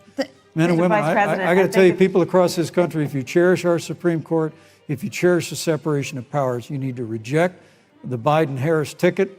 Come November the 3rd, re-elect President Donald Trump, and we'll stand by that separation of powers in a 9-seat Supreme Court. Yeah, Thank let's you. talk about packing the court then. Let's talk about the Please. fact. Yeah, I'm about to. So the Trump-Pence administration has been, because I sit on the Senate Judiciary Committee, Susan, as you mentioned, and I've witnessed the appointments for lifetime appointments to the federal courts, district courts, courts of appeal. People who are purely ideological, people who have been reviewed by legal professional organizations and found to have been not competent, are substandard. And do you know that of the 50 people who President Trump appointed to the Court of Appeals for lifetime appointments, not one is black? This is what they've been doing. You want to talk about packing a court? Let's have that discussion. All right, thank you, Senator. Let's go on and talk about the issue of racial justice. I just want the record to reflect she never answered the question. So I think the American people, Thank maybe you. in the next debate, Joe Biden will answer the question. Thank you, But I think thank the you. American people know the answer. Thank you, Vice President. In March, Breonna Taylor, a 26-year-old emergency room technician in Louisville, was shot and killed after police officers executing a search warrant in a narcotics investigation broke into her apartment. The police said they identified themselves. Taylor's boyfriend said he didn't hear them do that. He used a gun registered to him to fire a shot, which wounded an officer. The officers then fired more than 20 rounds into the apartment. They say they were acting in self-defense. None of them have been indicted in connection with her death. Senator Harris, in the case of Breonna Taylor, was justice done? You have 2 minutes. I don't believe so. And I've talked with Breonna's mother, Tamika Palmer, and her family. And her family deserves justice. She was a beautiful young woman. She had as her life goal to become a nurse, and she wanted to become an EMT to first learn what's going on out on the street so she could then become a nurse and save lives. And her life was taken unjustifiably and tragically and violently. And it brings me to, the 8 minutes and 46 seconds that America witnessed, during which an American man was tortured and killed under the knee of an armed, uniformed police officer. And people around our country of every race, of every age, of every gender, perfect strangers to each other, marched shoulder to shoulder, arm in arm, fighting for us to finally achieve that ideal of equal justice under law. And I was a part of those peaceful protests. And I believe strongly that, first of all, we are never going to condone violence, but we always must fight for the values that we hold dear, including the fight to achieve our ideals. And that's why Joe Biden and I have said on this subject, look, and I'm a former career prosecutor. I know what I'm talking about. Bad cops are bad for good cops. We need reform of our policing in America and our criminal justice system, which is why Joe and I will immediately ban chokeholds and carotid holds. George Floyd would be alive today if we did that. We will require a national registry for police officers who break the law. We will, on the issue of criminal justice reform, get rid of private prisons and cash bail, and we will decriminalize marijuana, and we will expunge the records of those who have been convicted of marijuana. This is a time for leadership on a tragic, tragic issue of unarmed Black people in America who have been killed. Thank you, Senator Harris. Vice President Pence, let me pose the same question to you.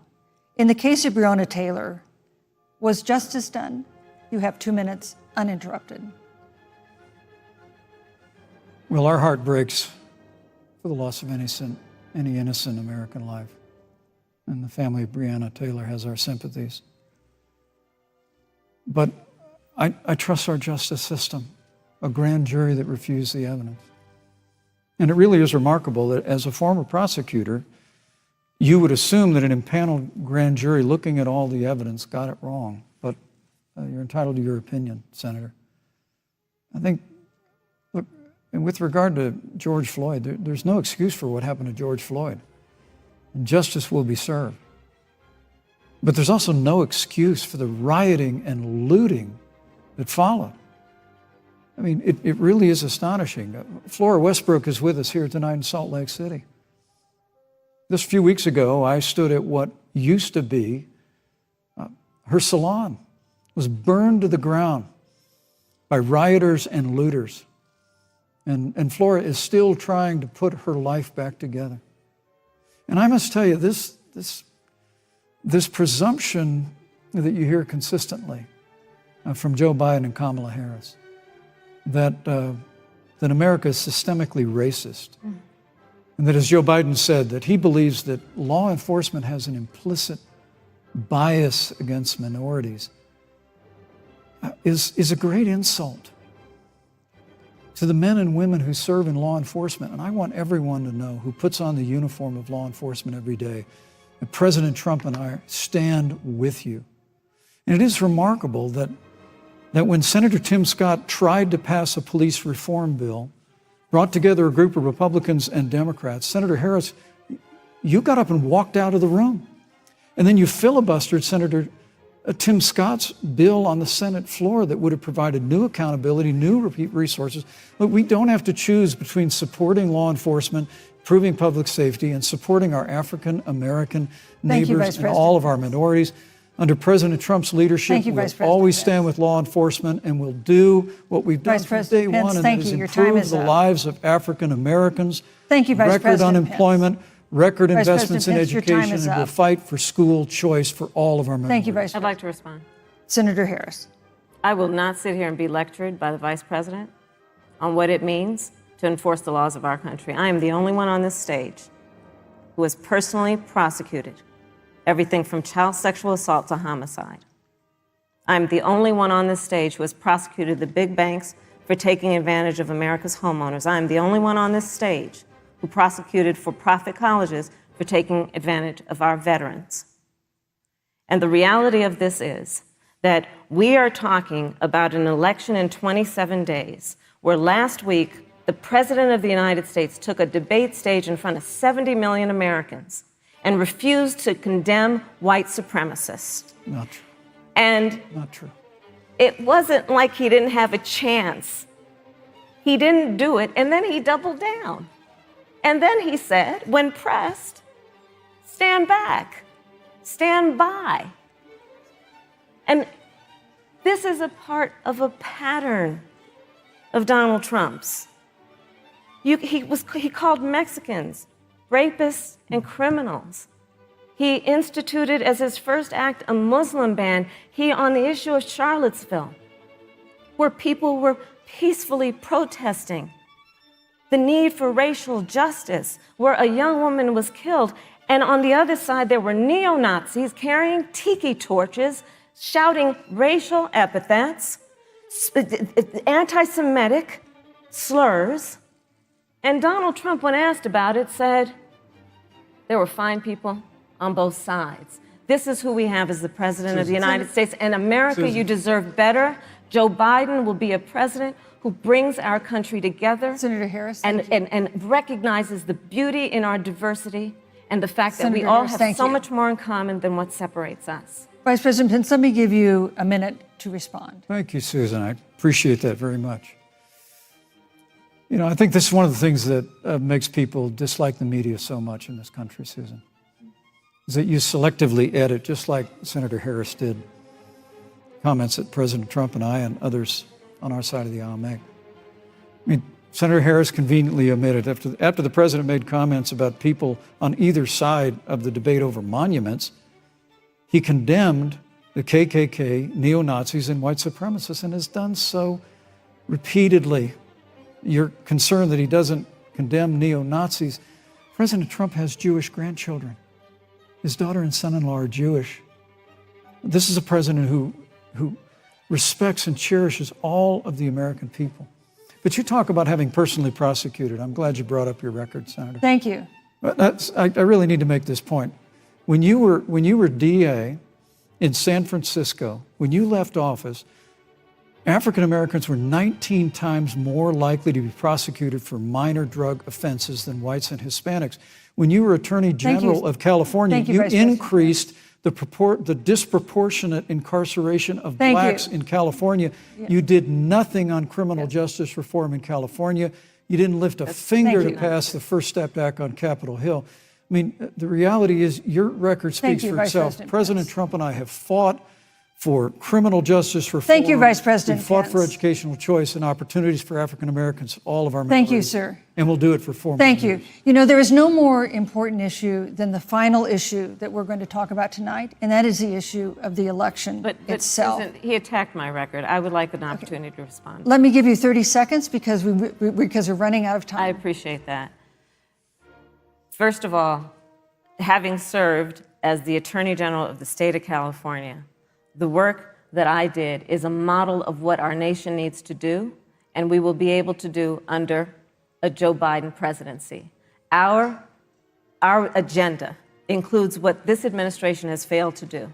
It will be about not only instituting a ban on chokeholds and carotid holes. Thank you. Not only. Thank you, Senator I Harris. would like to go through. These are points that you made earlier in the hour, and I want to talk about the election itself before we have to. But I want to talk about the connection between what Joe and I will do and my record, which includes I was the first statewide officer to institute a requirement that my agents would wear body cameras and keep them on full time. We were the first to initiate a requirement that there would be a training for law enforcement on implicit bias because, yes, Joe Biden and I recognize that implicit bias does exist, Mr. Vice President, contrary to what you may believe.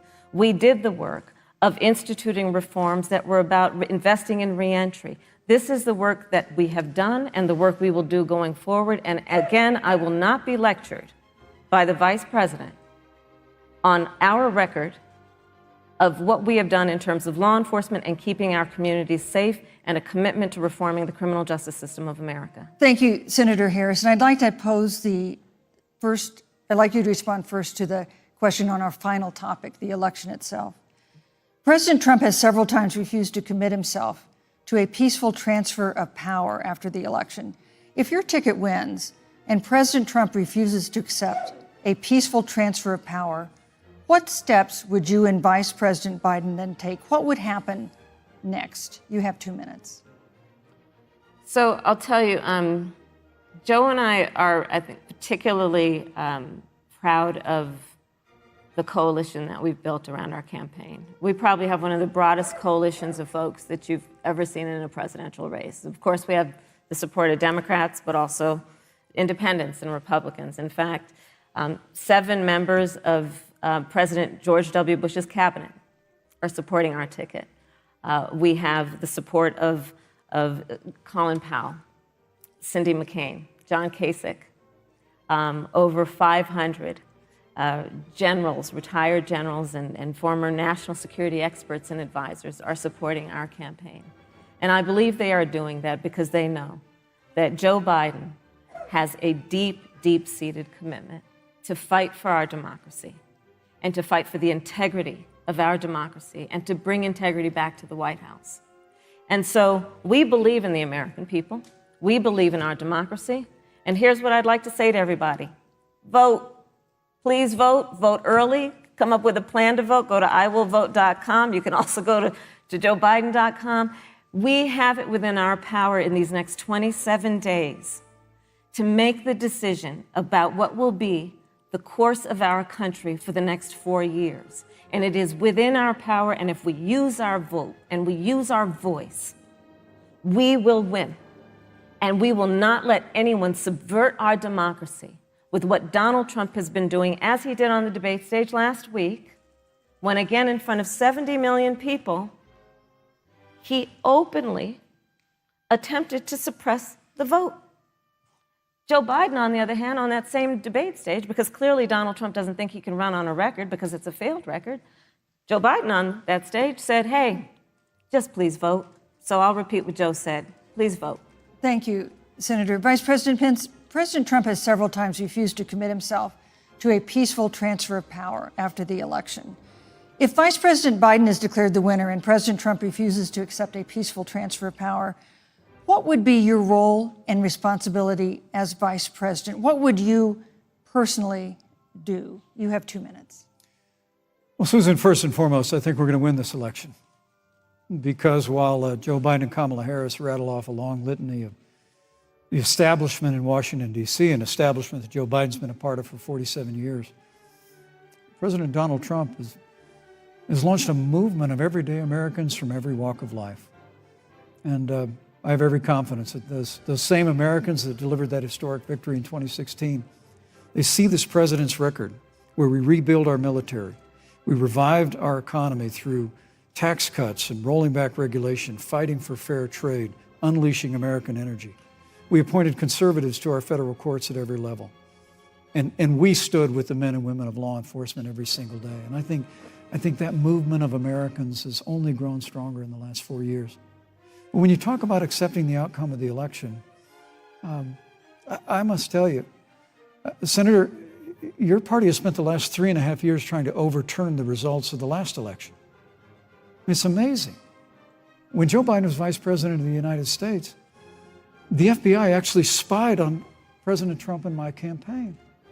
I mean, there were documents released this week that the CIA actually made a referral to the FBI documenting that those allegations were coming from the Hillary Clinton campaign. And of course, we've all seen the avalanche, what you put the country through for the better part of 3 years until it was found that there was no obstruction, no collusion, case closed. And then Senator Harris, you and your colleagues in the Congress tried to impeach the President of the United States over a phone call. And now Hillary Clinton has actually said to Joe Biden that in her words, under no circumstances should he concede the election. So let me just say, I think we're going to win this election. President Trump and I are fighting every day in courthouses to prevent Joe Biden and Kamala Harris from changing the rules and creating this universal mail-in voting that will create a massive opportunity for voter fraud. And we have a free and fair election. We know we're going to have confidence in it. And I believe in all my heart that President Donald Trump's going to be reelected for 4 more years.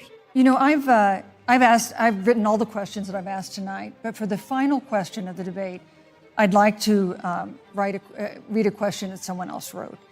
The Utah Debate Commission asked students in the state to write essays about what they would like to ask you. And I want to close tonight's debate with the question posed by Brecklin Brown. She's an 8th grader at Springville Junior High in Springville, Utah. And here's what she wrote, quote, "When I watch the news, all I see is arguing between Democrats and Republicans. When I watch the news, all I see is citizen fighting against citizen. When I watch the news, all I see are 2 candidates from opposing parties trying to tear each other down. If our leaders can't get along, How are the citizens supposed to get along? And then she added, your examples could make all the difference to bring us together, end quote. So to each of you in turn, I'd like you to take 1 minute and respond to Brecklin. Vice President Pence, you have 1 minute. Brecklin, it's a wonderful question.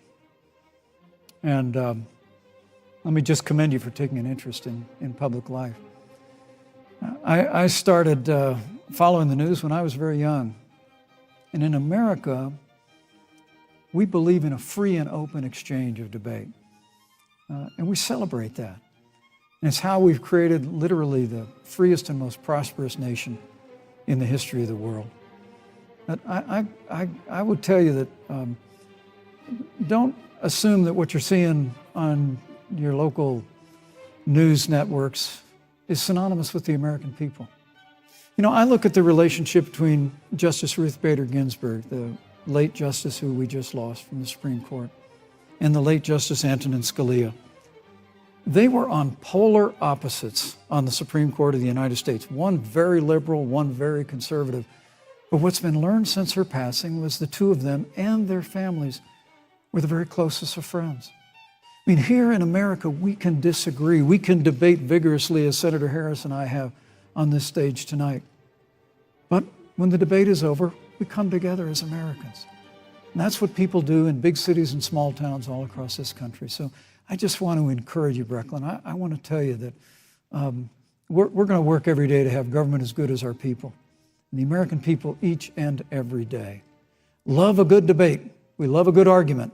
But we always come together and are always there for one another. Thank you, in Vice times of President. need. And we've especially learned that Thank you, through Mr. the Vice President. difficulties of this year. Senator Harris, what would you say to Brecklin?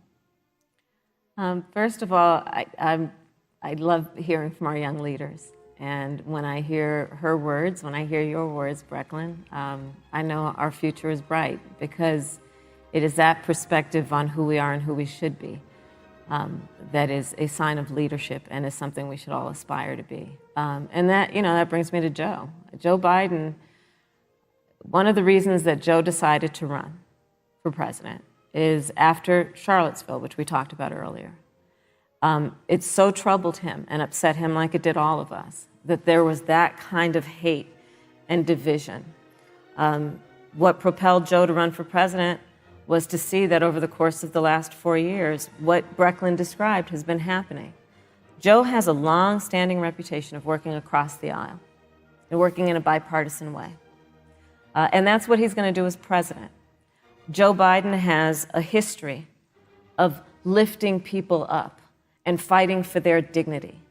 You mean you have to know Joe's story to know that Joe has known pain, he has known suffering, and he has known love.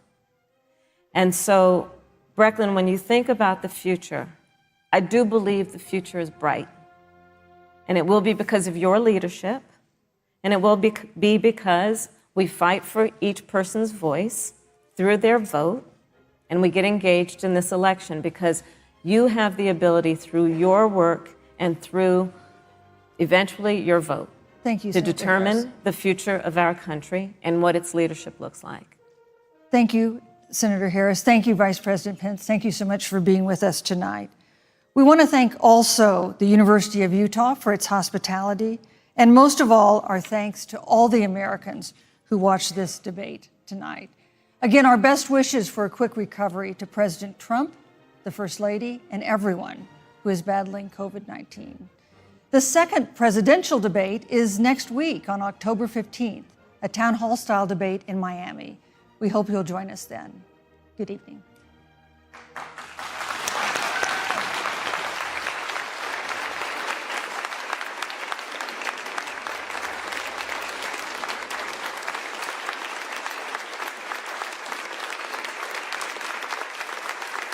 They say I'm mostly in the comments section, Sergeant Dog.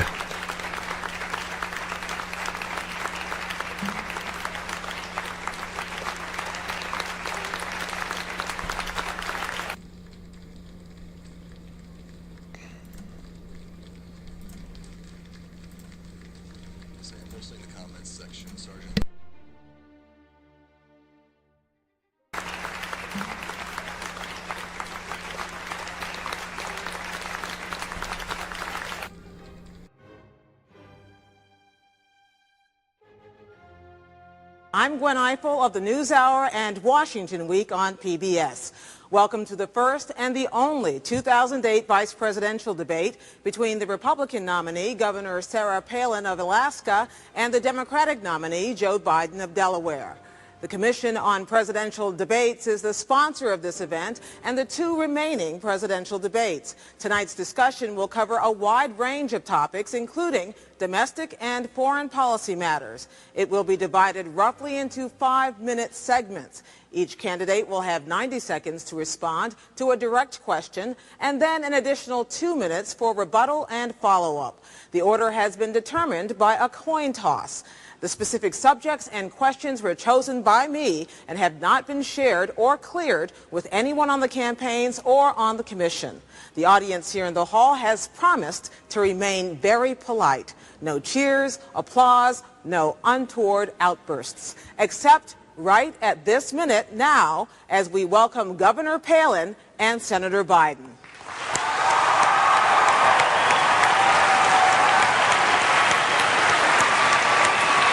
Nice to meet you.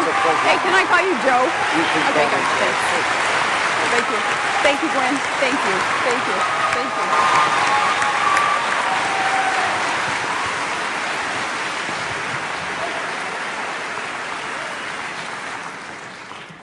Welcome to you both. As we had determined by a coin toss, the first question will go to Senator Biden with a 90-second follow-up from Governor Palin. The House of Representatives this week passed a bill, a big bailout bill, or didn't pass it, I should say. The Senate decided to pass it, and the House is wrestling with it still tonight. As America watches these things happen on Capitol Hill, Senator Biden, was this the worst of Washington or the best of Washington that we saw play out? Well, let me begin by thanking you, Gwen, for hosting this. And Governor, it's a pleasure to meet you, and it's a pleasure to be with you. I think it's neither the best or worst of Washington, but it's evidence of the fact that the economic policies of the last 8 years have been the worst economic policies we've ever had. As a consequence, you're seeing what's happened on Wall Street. If you need any more proof positive of how bad the economic theories have been, this excessive deregulation, the failure to oversee what was going on, letting Wall Street run wild, I don't think you needed any more evidence than what you've seen now. So the Congress has been put, Democrats and Republicans have been put in a very difficult spot. But Barack Obama laid out 4 basic criteria for any kind of rescue plan here. He first of all said there has to be oversight. We're not going to write any check to anybody unless there's oversight of the Secretary of Treasury. He secondly said you have to focus on homeowners and folks on Main Street. Thirdly, he said that if you have to treat the taxpayers like investors in this case. And lastly, what you have to do is make sure the CEOs don't benefit from this, because this could end up in the long run people making money off of this rescue plan. And so as a consequence of that, it brings us back to maybe the fundamental disagreement between Governor Palin and me and Senator McCain and Barack Obama. And that is that we're going to fundamentally change the focus of the economic policy. We're going to focus on the middle class, because it's when the middle class is growing, the economy grows and everybody does well, not just focus on the wealthy in corporate America. Thank you, Senator. Governor Palin? Thank you, Gwen, and I think the Commission also, I appreciate this privilege of being able to be here and speak with Americans. You know, I think a good barometer here as we try to figure out, has this been a good time or a bad time in America's economy, is go to a kid's soccer game on Saturday and turn to any parent there on the sideline and ask them, how are you feeling about the economy? And I'll bet you're going to hear some fear in that parent's voice. Fear regarding the few investments that some of us have in the stock market. Did we just take a major hit with those investments? Fear about how are we going to afford to send our kids to college. A fear as small business owners, perhaps how we're going to borrow any money to increase inventory or hire more people. The barometer there, I think, is going to be resounding that our economy is hurting and the federal government has not provided the sound oversight that we need and that we deserve, and we need reform to that end. Now, John McCain, thankfully, has been one representing reform. 2 years ago, remember, it was John McCain who pushed so hard with the Fannie Mae and Freddie Mac reform measures. He sounded that warning bell. People in the Senate with him, his colleagues, didn't want to listen to him and wouldn't go towards that reform that was needed then. I think that the alarm has been heard, though, and there will be that greater oversight, again, thanks to John McCain's bipartisan efforts that he was so instrumental in bringing folks together over this past week, even suspending his own campaign to make sure he was putting obsessive politics aside and putting the country first. You both would like to be vice president. Senator Biden, how, as vice president, would you work to shrink this gap of polarization which has sprung up in Washington, which you both have spoken about here tonight? Well, that's what I've done my whole career, Gwen, on very, very controversial issues, from dealing with violence against women to putting 100,000 police officers in the street to trying to get something done about the genocide that was going on in Bosnia. I have been able to reach across the aisle. I think it's fair to say that I have almost as many friends on the Republican side of the aisle as I do the Democratic side of the aisle. But am I able to respond to, are we able to stay on the on you the may, top? if you like. Yeah, well, until 2 weeks ago, it was 2 Mondays ago, John McCain said at 9 o'clock in the morning that the fundamentals of the economy were strong. 2 weeks before that, he said, George, we've made great economic progress under George Bush's policies. 9 o'clock, the economy was strong. 11 o'clock that same day, 2 Mondays ago, John McCain said that we have an economic crisis. That doesn't make John McCain a bad guy, but it does point out he's out of touch. Those folks on the sidelines knew that 2 months ago. Governor Palin, you may respond. John McCain, in referring to the fundamental of our economy being strong, he was talking to and he was talking about the American workforce, and the American workforce is the greatest in this world, with the ingenuity and the work ethic that is just entrenched in our workforce. That's a positive, that's encouragement, and that's what John McCain meant. Now, what I've done as a governor and as a mayor is truly had that track record of reform, and I've joined this team that is a team of mavericks with John McCain, also with his track record of reform, where we're known for putting partisan politics aside to just get the job done.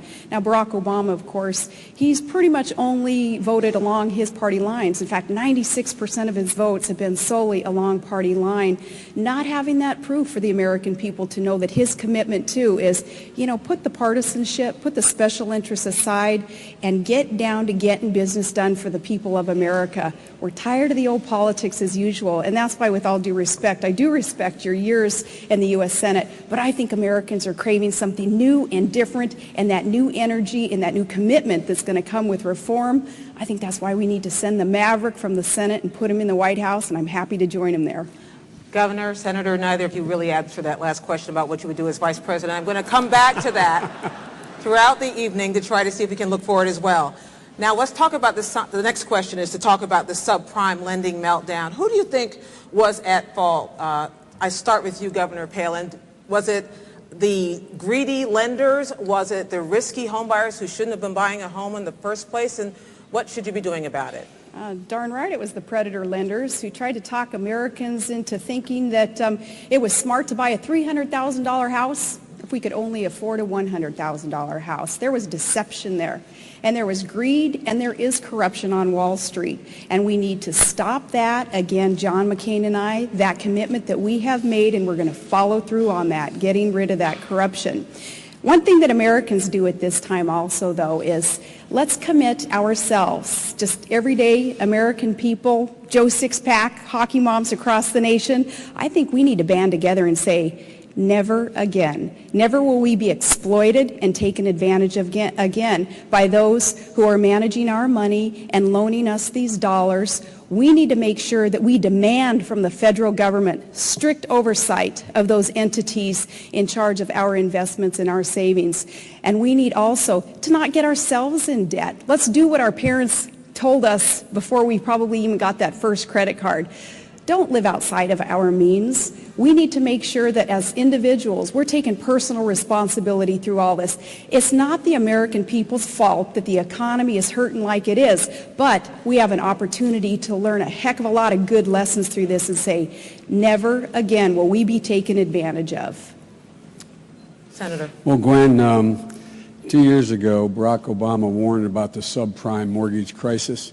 John McCain said shortly after that in December he was surprised there was a subprime mortgage problem. John McCain, while Barack Obama was warning about what we had to do, was literally giving an interview to the Wall Street Journal saying that I'm always for cutting regulations. We let Wall Street run wild.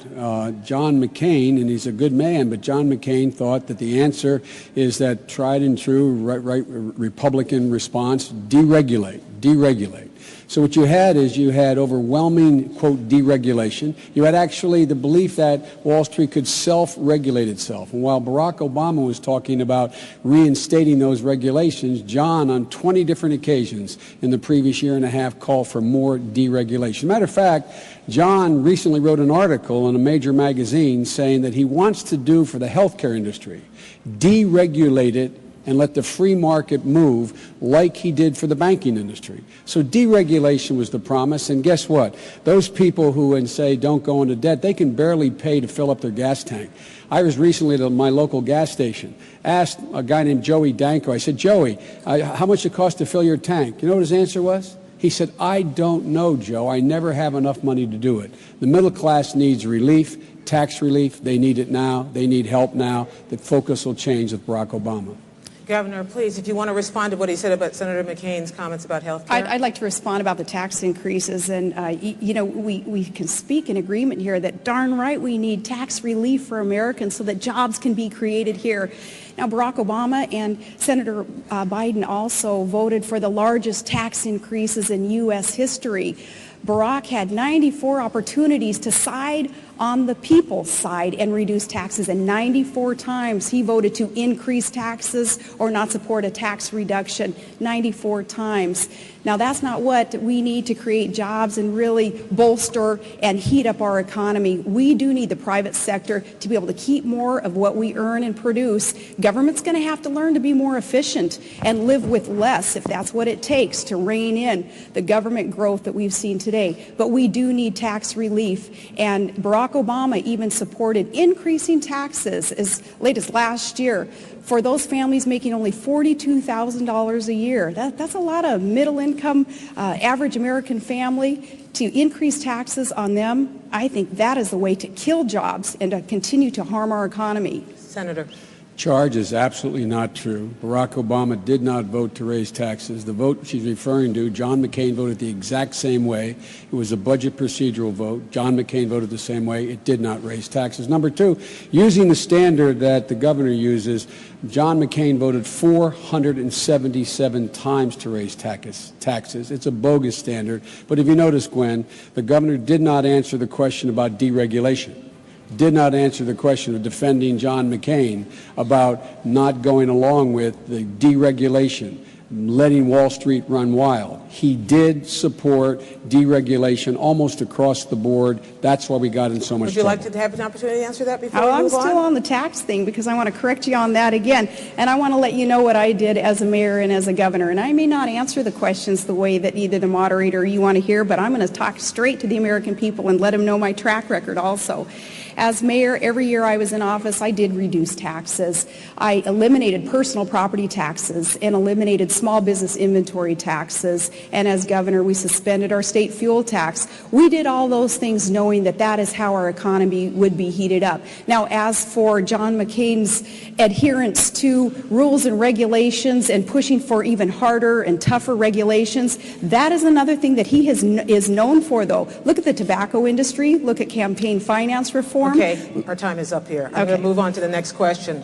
Senator Biden, we want to talk about taxes. Let's talk about taxes. Good. You have proposed raising taxes on people who earn over $250,000 a year. The question for you is, why is that not class warfare? And the same question for you, Governor Palin, is you have proposed a taxing employer health benefits, which some studies say would actually throw 5 million more people onto the rolls of the uninsured. I want to know why that isn't taking things out on the poor, starting with you, Senator Biden. Well, Gwen, where I come from, it's called fairness. Just simple fairness. The middle class is struggling. The middle class under John McCain's tax proposals, 100 million families, middle class families, households to be precise. They got not a single change. They got not a single break in taxes. No one making less than $250,000 under Barack Obama's plan will see one single penny of their tax raise, whether it's their capital gains tax, their income tax, investment tax, any tax. And 95% of the people in the United States of America making less than $150,000 will get a tax break. Now, that seems to me to be simple fairness. The economic engine of America is the middle class. It's the people listening to this broadcast. When you do well, America does well. Even the wealthy do well. This is not punitive. John wants to add $300 billion in new tax cuts per year for corporate America and the very wealthy, while giving virtually nothing to the middle class. We have a different value set. The middle class is the economic engine. It's fair. They deserve the tax breaks, not the super wealthy are doing pretty well. They don't need any more tax breaks. And by the way, they'll pay no more than they did under Ronald Reagan. Governor? I do take issue with some of the principle there with that redistribution of wealth principle that seems to be espoused by you. But when you talk about Barack's plan to tax increase affecting only those making $250,000 a year or more, you're forgetting the millions of small businesses that are going to fit into that category. So they're going to be the ones paying higher taxes, thus resulting in fewer jobs being created and less productivity. Now, you said recently that higher taxes or asking for higher taxes or paying higher taxes is patriotic. In the middle class of America, which is where Todd and I have been, all of our lives, that's not patriotic. Patriotic is saying, government, you're not always the solution. In fact, too often you're the problem. So government, lessen the tax burden on the private sector and on our families and get out of the way and let the private sector and our families grow and thrive and prosper. An increased tax formula that Barack Obama is proposing, in addition to nearly $1 trillion in new spending that he's proposing, is the backwards way of trying to grow our economy. Governor, are you interested in defending Senator McCain's health care plan? I am, because he's got a good health care plan that is detailed, and I want to give you a couple of details on that. He's proposing a $5,000 tax credit for families so that they can get out there and they can purchase their own health care coverage. And that's a smart thing to do. That's budget neutral. That doesn't cost the government anything, as opposed to Barack Obama's plan to mandate health care coverage and have this universal government-run program. And unless you're pleased with the way that the federal government has been running anything lately, I don't think that it's going to be real pleasing for Americans to consider health care being taken over by the feds. But a $5,000 health care credit through our income tax, that's budget neutral, that's going to help. And he also wants to erase those artificial lines between states so that through competition we can cross state lines. And if there's a better plan offered somewhere else, we'd be able to purchase that. So affordability and accessibility will be the keys there, with that $5,000 tax credit also being offered. Thank you, Governor. Senator? Gwen, I don't know where to start. We don't call it redistribution in my neighborhood, Scranton, Claymont, Wilmington, the places I grew up, to say that not giving ExxonMobil another $4 billion tax cut this year, as John calls for, and giving it to middle-class people to be able to pay to get their kids to college. We don't call that redistribution. We call that fairness, number one. Number two, factually, 95% of the small businesses in America, their owners make less than $250,000 a year. They would not get one single solitary penny increase in taxes, those small businesses. Now, with regard to the health care plan, it's with one hand you give it, the other you take it. You know how you know how John McCain pays for his $5,000 tax credit you're going to get, a family will get? He taxes as income every one of you out there, every one of you listening who has a health care plan through your employer. That's how he raises $3.6 trillion on taxing your health care benefit to give you a $5,000 plan, which his website points out will go straight to the insurance company. And then you're going to have to replace a $12,000, that's the average cost of the plan you get through your employer. It costs $12,000. You're going to have to replace a $12,000 plan because 20 million of you are going to be dropped.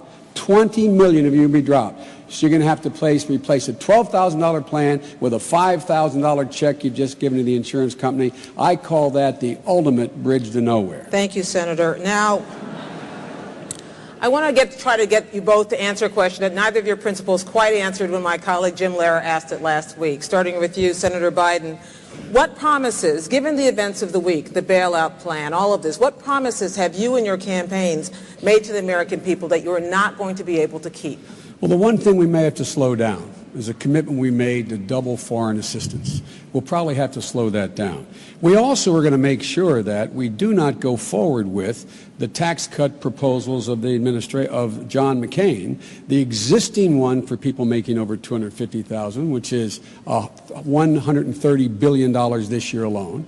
We're not going to support the $300 billion tax cut that they have for corporate America and the very wealthy. We're not going to support another $4 billion tax cut for ExxonMobil. And what we're not going to also hold up on, Gwen, is we cannot afford to hold up on providing for incentives for new jobs by an energy policy creating new jobs. We cannot slow up on education to give, because that's the engine that is going to give us the economic growth and competitiveness that we need. And we are not going to slow up on the whole idea of providing for affordable health care for Americans, none of which, when we get to talk about health care, is as the governor characterized. The bottom line here is that we are going to, in fact, eliminate those wasteful spending that exist in the budget right now. A number of things, I don't have time because the light is blinking, that I won't be able to mention, but one of which is the $100 billion tax dodge that, in fact, allows people to take their post office box offshore, avoid taxes. I call that unpatriotic. That's what I'm talking about. Governor. Well, the nice thing about running with John McCain is I can assure you he doesn't tell one thing to one group and then turns around and tells something else to another group, including his plans that will make this bailout plan, this rescue plan, even better. I want to go back to the energy plan, though, because this is an important one that Barack Obama, he voted for in 2005. Senator Biden, you would remember that in that energy plan that Obama voted for, that's what gave those oil companies those big tax breaks. Your running mate voted for that. You know what I had to do in the state of Alaska? I had to take on those oil companies and tell them, no, any of the greed there that has been kind of instrumental, I guess, in their mode of operation, that wasn't going to happen in my state. And that's why Tillerson at Exxon and Mulva at ConocoPhillips, bless their hearts, they're doing what they need to do as corporate CEOs, but they're not my biggest fans, because what I had to do up there in Alaska was to break up a monopoly up there and say, the people are going to come first, and we're going to make sure that we have value given to the people of Alaska with those resources, and those huge tax breaks aren't coming to the big multinational corporations anymore, not when it adversely affects the people who live in a state, and in this case, in a country, who should be benefiting at the same time. So it was Barack Obama who voted for that energy plan that gave those tax breaks to the oil companies that I then had to turn around as a governor of an energy-producing state and kind of undo in my own area of expertise, and that's energy. So, Governor, as Vice President, there is nothing that you have promised as a candidate that you wouldn't take off the table because of this financial crisis we're in? There is not, and how long have I been at this? Like 5 weeks? So there hasn't been a whole lot that I've promised except to do what is right for the American people, put government back on the side of the American people, stop the greed and corruption on Wall Street, and the rescue plan has got to include that massive oversight that Americans are expecting and deserving. And I don't believe that John McCain has made any promise that he would not be able to keep either. Senator. Again, let's talk about the tax breaks. Barack Obama voted for an energy bill because for the first time it had real support for alternative energy.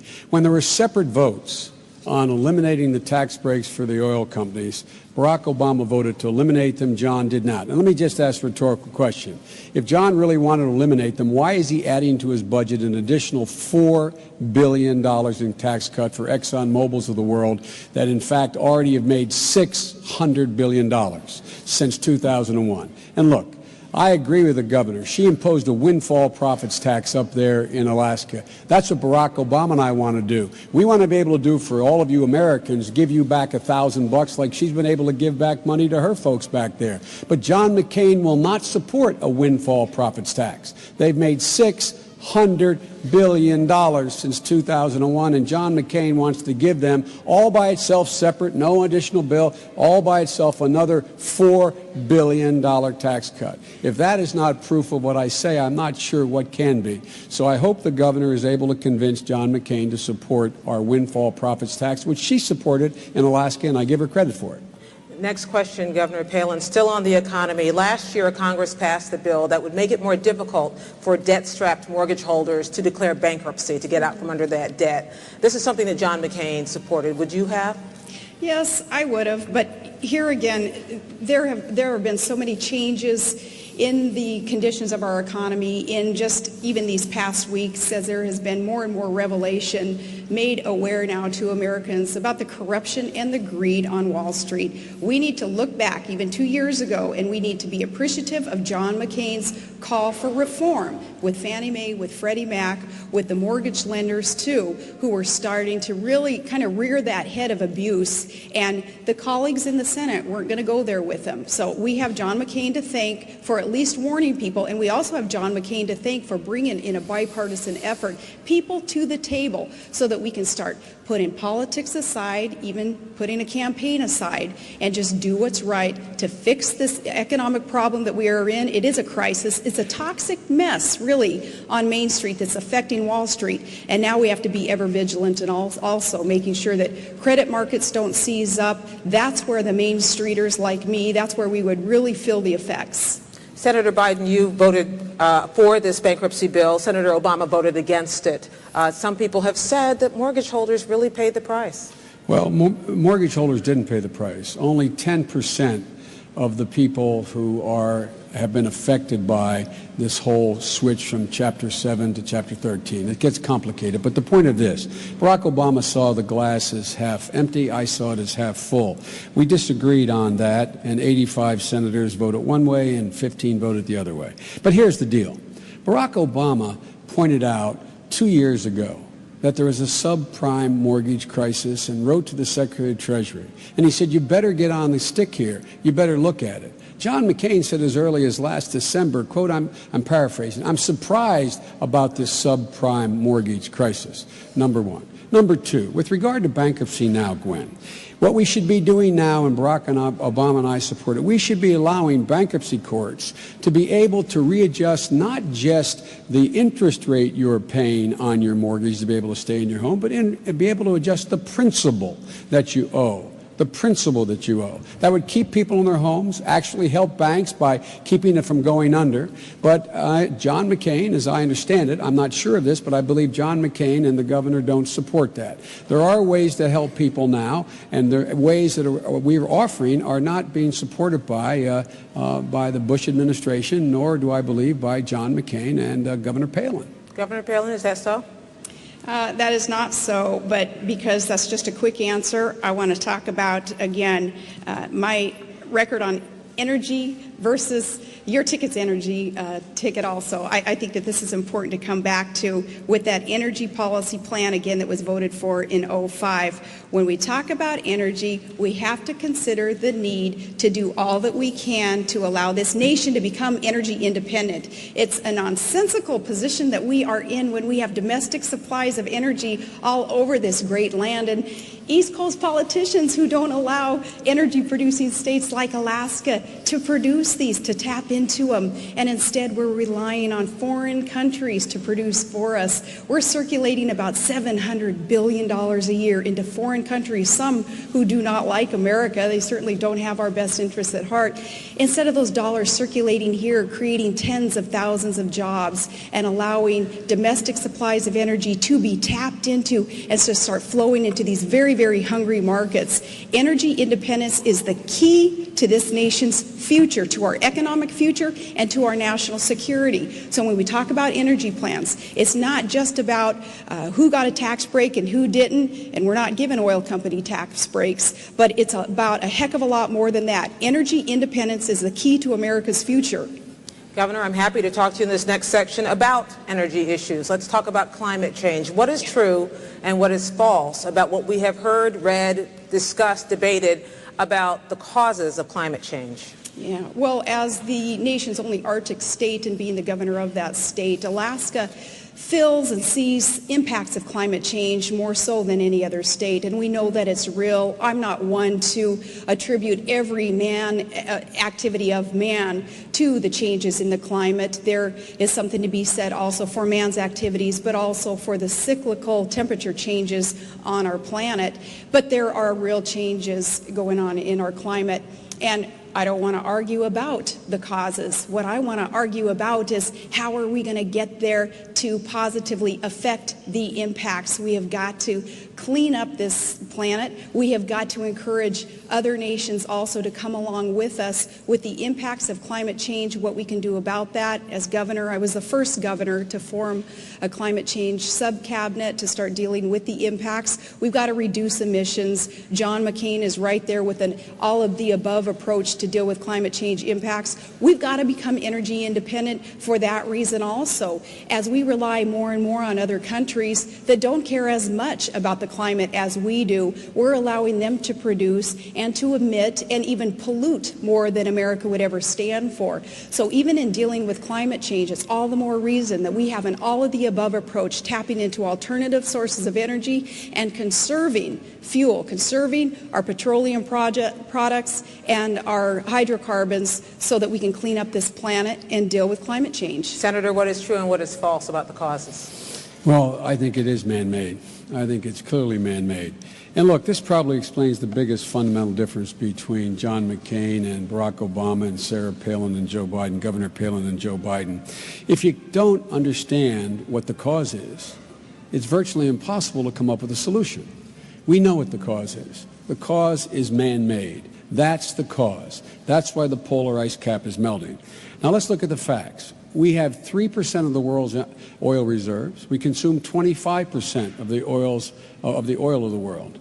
John McCain has voted 20 times in the last decade and a half against funding alternative energy sources, clean energy sources, wind, solar, biofuels, the way in which we can stop the greenhouse gases from emitting. We believe, Barack Obama believes, by investing in clean coal and safe nuclear, we can not only create jobs in wind and solar here in the United States, we can export it. China is building 1 to 3 new coal-fired plants, burning dirty coal per week. It's polluting not only the atmosphere, but the west coast of the United States. We should export the technology by investing in clean coal technology. We should be creating jobs. John McCain has voted 20 times against funding alternative energy sources and thinks, I guess, the only answer is drill, drill, drill. Drill we must.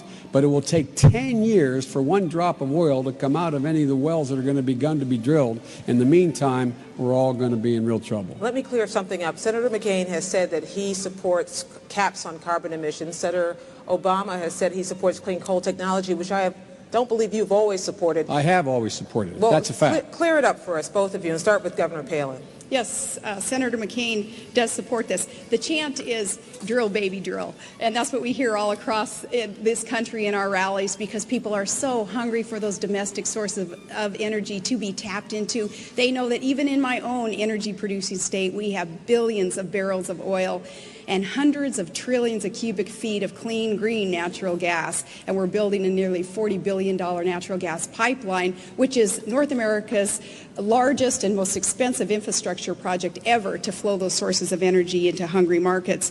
Barack Obama and Senator Biden, you've said no to everything in trying to find a domestic solution to the energy crisis that we're in. You even called drilling safe, environmentally friendly drilling offshore as raping the outer continental shelf. There, with new technology, with tiny footprints even on land, it is safe to drill, and we need to do more of that. But also in that all-of-the-above approach that Senator McCain supports, the alternative fuels will be tapped into, the nuclear, the clean coal. I was surprised to hear you mention that, because you had said that there isn't anything, such a thing as clean coal. And I think you said it in a rope line, too, at one of the rallies. We do need to keep within our 2 minutes, but I just want to ask you, do you support capping carbon emissions? I do. Okay, and on the clean coal issue? Absolutely, we do. We call for setting hard targets, number one. Clean coal. On clean coal. Oh, on clean coal. My record, just take a look at the record. My record for 25 years has supported clean coal technology. A comment made in a rope line was taken out of context. I was talking about exporting that technology to China, so when they burn their dirty coal, it won't be as dirty, it will be clean. But here's the bottom line, Gwen. How do we deal with global warming with continued addition to carbon emissions? And if the only answer you have is oil, and the governor says John's for everything, well, why did John vote 20 times? Maybe he's for everything as long as it is not helped forward by the government. Maybe he's for everything if the free market takes care of it. I don't know, but he voted 20 times against funding alternative energy sources. The next round of questions starts with you, sure. Senator Biden. Do you support, as they do in Alaska, granting same-sex benefits to couples?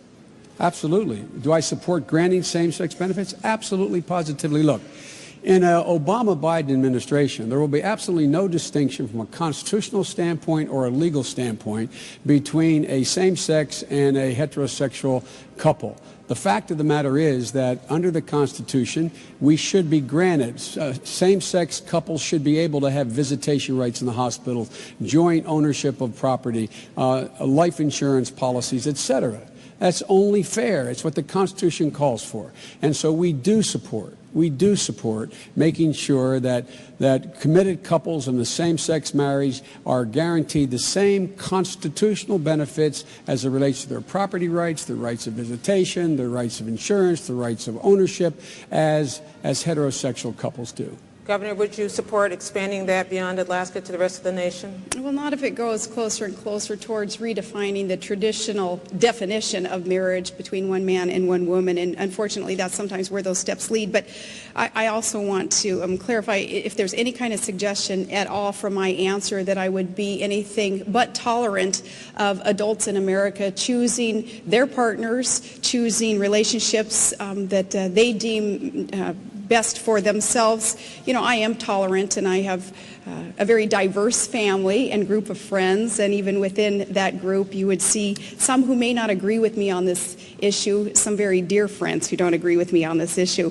But in that tolerance also, no one would ever propose, not in a McCain-Palin administration, to do anything to prohibit, say, visitations in a hospital or contracts being signed, negotiated between parties. But I will tell Americans straight up that I don't support defining marriage as anything but between one man and one woman. And I think through nuances we could go round and round about what that actually means. But I'm being as straight up with Americans as I can in my non-support for anything but a traditional definition of marriage. Let's try to avoid nuance, Senator. Do you support gay marriage? No. Barack Obama nor I support redefining from a civil side what constitutes marriage. We do not support that. That is basically a decision to be able to be left to the faith and people who practice their faith, the determination what you call it.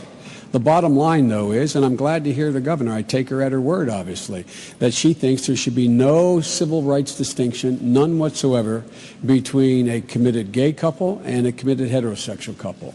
If that's the case, we really don't have a difference. Is that what you said? Your question to him was whether he supported gay marriage, and my answer is the same as his, and it is that I do not. Wonderful. You agree. On that note, let's move to foreign policy. Okay. You both have sons who are in Iraq or on their way to Iraq. You, Governor Palin, have said that you would like to see a real clear plan for an exit strategy. What should that be, Governor? I am very thankful that we do have a good plan, and the surge in the counterinsurgency strategy in Iraq that has proven to work, I am thankful that that is part of the plan implemented under a great American hero, General Petraeus, and pushed hard by another great American, Senator John McCain. I know that the other ticket opposed this surge, in fact, even opposed funding for our troops in Iraq and Afghanistan. Barack Obama voted against funding troops there after promising that he would not do so. And Senator Biden, I respected you when you called him out on that. You said that his vote was political, and you said it would cost lives. And Barack Obama at first said he would not do that. he turned around under political pressure and he voted against funding the troops. We do have a plan for withdrawal. We don't need early withdrawal out of Iraq. We cannot afford to lose there, or we're going to be no better off in the war in Afghanistan either. We have got to win in Iraq. And with the surge that has worked, we're now down to pre-surge numbers in Iraq. That's where we can be. We can start putting more troops in Afghanistan as we also work with our NATO allies who are there strengthening us. And we need to grow our military. We cannot afford to lose against al-Qaeda and the Shia extremists who are still there, still fighting us. But we're getting closer and closer to victory, and it would be a travesty if we quit now in Iraq. Senator. Gwen, with all due respect, I didn't hear a plan. Barack Obama's offered a clear plan. Shift responsibility to the Iraqis over the next 16 months, draw down our combat troops. Ironically, the same plan that Maliki, the Prime Minister of Iraq, and George Bush are now negotiating. The only odd man out here, only one left out, is John McCain, number one. Number two, with regard to Barack Obama not, quote, funding the troops, John McCain voted the exact same way. John McCain voted against funding the troops because the amendment he voted against, had a timeline in it to draw down American troops. And John said, I'm not going to fund the troops if, in fact, there was a timeline. Barack Obama and I agree fully and completely on one thing. You've got to have a timeline to draw down the troops and shift responsibility to the Iraqis. We're spending $10 billion a month, while the Iraqis have an $80 billion surplus. Barack says it's time for them to spend their own money, have the 400,000 military we've trained for them begin to take their own responsibility, and gradually over 6 months, 16 months withdraw. John McCain, this is a fundamental difference between us. We will end this war. For John McCain, there is no end in sight to end this war. Fundamental difference. We will end this war. Governor. Your plan is a white flag of surrender in Iraq, and that is not what our troops need to hear today, that's for sure, and it's not what our nation needs to be able to count on. You guys oppose the surge. The surge works. Barack Obama still can't admit the surge works. We'll know when we're finished in Iraq, when the Iraqi government can govern its people, and when the Iraqi security forces can secure its people. And our commanders on the ground will tell us when those conditions have been met. And Maliki and Talibani also, in working with us, are knowing, again, that we're getting closer and closer to that point, that victory that's within sight. Now, you said regarding Senator McCain's military policies there, Senator Biden, that you supported a lot of these things. In fact, you said that you wanted to run, you'd be honored to run with him on the ticket. And that's an indication, I think, of some of the support that you had, at least until you became the VP pick here.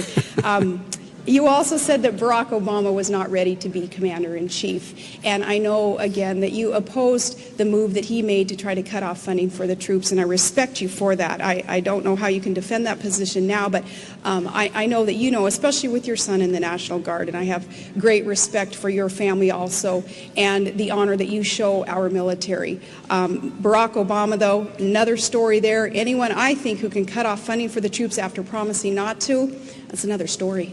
Senator Biden. John McCain voted to cut off funding for the troops. Let me say that again. John McCain voted against an amendment containing $1.6 billion that I had gotten to get MRAPs, those things that are protecting this, the governor's son and, pray God, my son, and a lot of other sons and daughters. He voted against it. He voted against it, the funding, because he said the amendment had a timeline in it to end this war, and he didn't like that. But let's get straight who has been right and wrong. John McCain and Dick Cheney said, when I was saying we would not be greeted as liberators, we would not, this war would take a decade, not a day, not a week, not 6 months. We would not be out of there quickly. John McCain was saying the Sunnis and Shias got along with each other without reading the history of the last 700 years. John McCain said there'd be enough oil to pay for this. John McCain has been dead wrong. I love him. As my mother would say, God love him, but he's been dead wrong on the fundamental issues relating to the conduct of the war. Barack Obama has been right. They're the facts. Let's move on to Iran and Pakistan. I'm curious about what you think, starting with you, Senator Biden. Which is the greatest threat? a nuclear Iran or an unstable Pakistan? Explain why. Well, they're both extremely dangerous. I always have focused, as you know, Gwen, I've been focusing on for a long time, along with Barack, on Pakistan. Pakistan already has nuclear weapons. Pakistan already has deployed nuclear weapons. Pakistan's weapons can already hit Israel and the Mediterranean. Iran getting a nuclear weapon would be very, very destabilizing. They are not close to getting a nuclear weapon that's able to be deployed. So they're both very dangerous. They'd both be game changers. But look, here's what the fundamental problem I have with John's policy about terror and stability. John continues to tell us that the central war on the front on terror is in Iraq. I promise you, if an attack comes in the homeland, it's going to come, as our security services said, it's going to come from al-Qaeda planning in the hills of Afghanistan and Pakistan. That's where they live. That's where they are. That's where it will come from. And right now, that resides in Pakistan. A stable government needs to be established. We need to support that democracy by helping them not only with their military, but with their governance as well as their economic well-being. There have been 7,000 madrasas built along that border. We should be helping them build schools to compete for those hearts and minds of the people in the region so that we are actually able to take on terrorism. And by the way, that's where bin Laden lives, and we will go at him if we have actionable intelligence. Governor, nuclear Pakistan, unstable Pakistan, nuclear Iran, which is the greater threat? Both are extremely dangerous, of course. And as for who termed that Central War on Terror being in Iraq, it was General Petraeus and al-Qaeda, both leaders there, and it's probably the only thing that they're ever going to agree on, but that it was a Central War on Terror is in Iraq. You don't have to believe me or John McCain on that. I would believe Petraeus and that leader of al-Qaeda. Nuclear armed, especially Iran, is so extremely dangerous to consider. They cannot be allowed to acquire nuclear weapons, period. Israel is in jeopardy, of course, when we're dealing with Ahmadinejad as a leader of Iran. Iran claiming that Israel is, he termed it a stinking corpse, a country that should be wiped off the face of the earth. Now, a leader like Ahmadinejad, who is not sane or stable when he says things like that, is not one whom we can allow to acquire nuclear energy, nuclear weapons. Ahmadinejad, Kim Jong-il, the Castro brothers, others who are dangerous dictators are ones that Barack Obama has said he would be willing to meet with without preconditions being met first. An issue like that taken up by a presidential candidate goes beyond naivete and goes beyond poor judgment. A statement that he made like that is downright dangerous because leaders like Ahmadinejad, who would seek to acquire nuclear weapons and wipe off the face of the earth, an ally like we have in Israel, should not be met with without preconditions and diplomatic efforts being undertaken first. Governor and Senator, I want you both to respond to this. Secretaries of State Baker, Kissinger, Powell, Baker, they have all advocated some level of engagement with enemies. Do you think these former secretaries of state are wrong on that? No, and Dr. Henry Kissinger especially, and I had a good conversation with him recently, and he shared with me also his passion for diplomacy, and that's what John McCain and I would engage in also. But again, with some of these dictators who hate America and hate what we stand for with our freedoms, our democracy, our tolerance, our respect for women's rights, those who would try to destroy what we stand for cannot be met with just sitting down on a presidential level, as Barack Obama had said he would be willing to do. That is beyond bad judgment. That is dangerous. No, diplomacy is very important. First and foremost, that is what we would engage in. But diplomacy is hard work by serious people. It's lining out clear objectives and having your friends and your allies ready to back you up there and have sanctions lined up also before any kind of presidential summit would take place. Senator. Can I clarify this? That's just simply not true about Barack Obama. He did not say he'd sit down with Ahmadinejad. The fact of the matter is, it surprises me that Senator McCain doesn't realize that Ahmadinejad does not control the security apparatus in Iran. The theocracy controls the security apparatus, number one. Number two, 5 secretaries of state did say we should talk with and sit down. Now, John and Governor Palin now say they have a passion, I think the phrase was, a passion for diplomacy, and that we have to bring our friends and allies along. Our friends and allies have been saying, Gwen, sit down, talk, talk, talk. Our friends and allies have been saying that. 5 secretaries of state, 3 of them Republicans. And John McCain has said he would go along with an agreement, but he wouldn't sit down. Now, how do you do that when you don't have your administration sit down and talk with the adversary? And look what President Bush did. After 5 years, he finally sent a high-ranking diplomat to meet with the highest-ranking diplomats in Iran, in Europe, to try to work out an arrangement. Our allies are on that same page. And if we don't go the extra mile in diplomacy, what makes you think the allies are going to sit with us? And last point I'll make, John McCain said as recently as a couple weeks ago, he wouldn't even sit down with the government of Spain, a NATO ally that has troops in Afghanistan with us now. I find that incredible. Governor, you mentioned Israel and your support for Israel. Yes. What has this administration done right or wrong? This is the great lingering unresolved issue, the Israeli-Palestinian conflict. What have they done, and is a two-state solution the solution? A two-state solution is the solution, and Secretary Rice, having recently met with leaders on one side or the other there, also still in these waning days of the Bush administration, trying to forge that peace, and that needs to be done, and that will be top of an agenda item also under a McCain-Palin administration. Israel is our strongest and best ally in the Middle East. We have got to assure them that we will never allow a second Holocaust, despite, again, warnings from Iran and any other country that would seek to destroy Israel, that is what they would like to see. We will support Israel, a two-state solution, building our embassy also in Jerusalem, those things that we look forward to being able to accomplish with this peace-seeking nation. And they have a track record of being able to forge these peace agreements. They succeeded with Jordan. They succeeded with Egypt. I'm sure that we're going to see more success there also. It's got to be a commitment of the United States of America, though, and I can promise you in a McCain-Palin administration that commitment is there to work with our friends in Israel. Senator. Gwen, no one in the United States Senate has been a better friend to Israel than Joe Biden. I would have never, ever joined this ticket were I not absolutely sure Barack Obama shared my passion. But you asked a question about whether or not this administration's policy had made sense or something to that effect.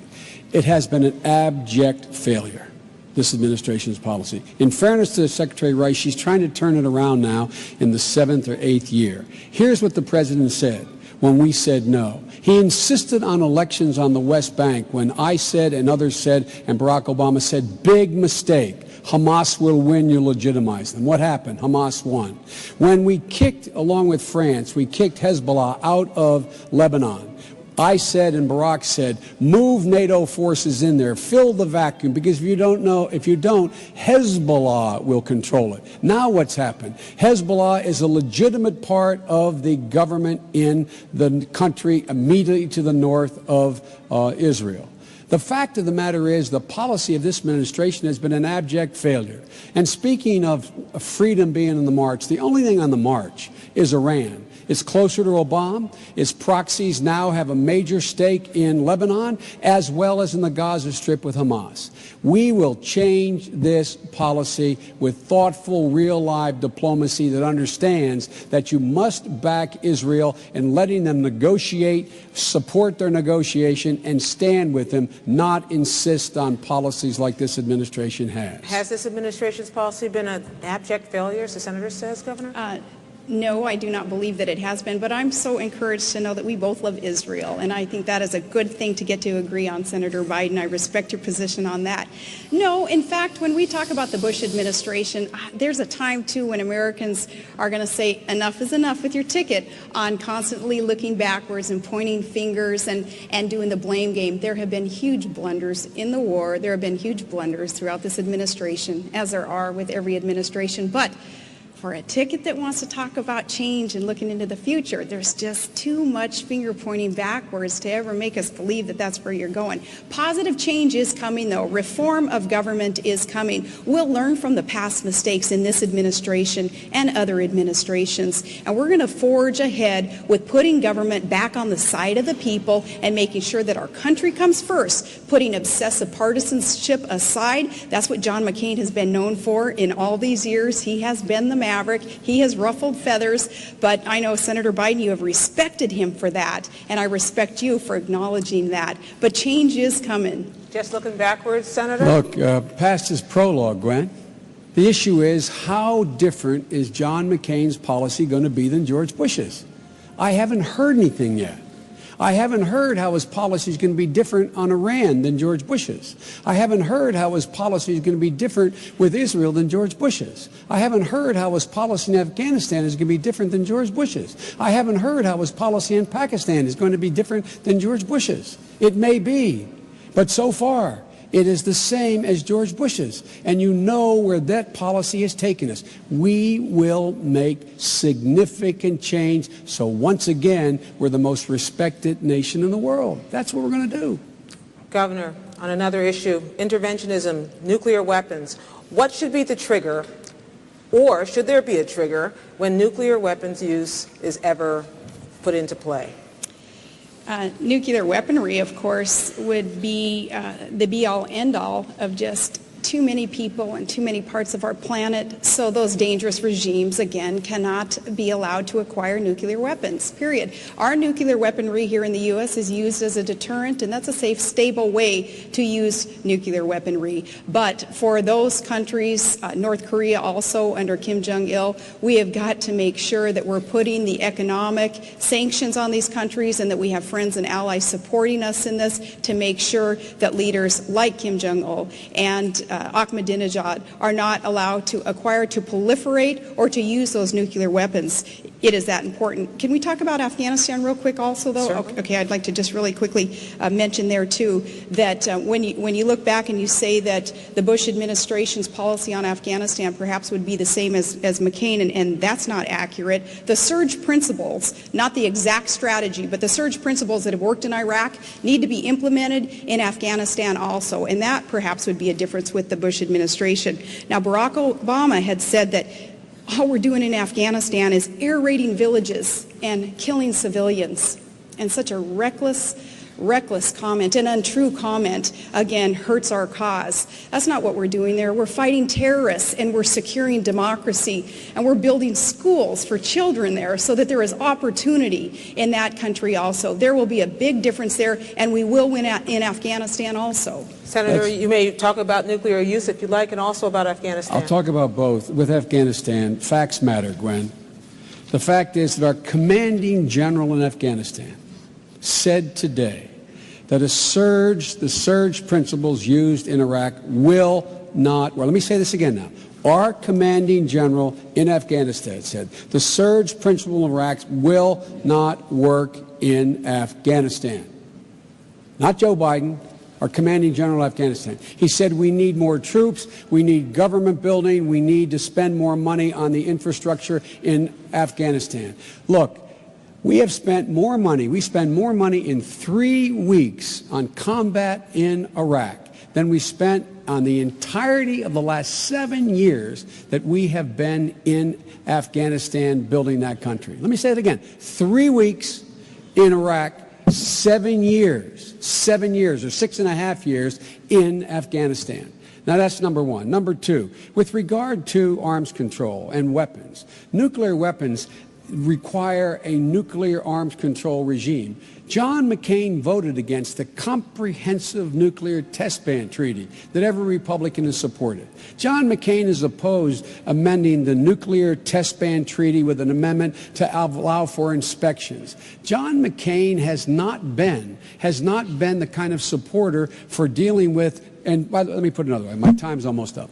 Barack Obama, first thing he did when he came to the United States Senate, new senator, reached across the aisle to my colleague Dick Lugar, Republican, and said, we've got to do something about keeping nuclear weapons out of the hands of terrorists. They put together a piece of legislation that, in fact, was serious and real.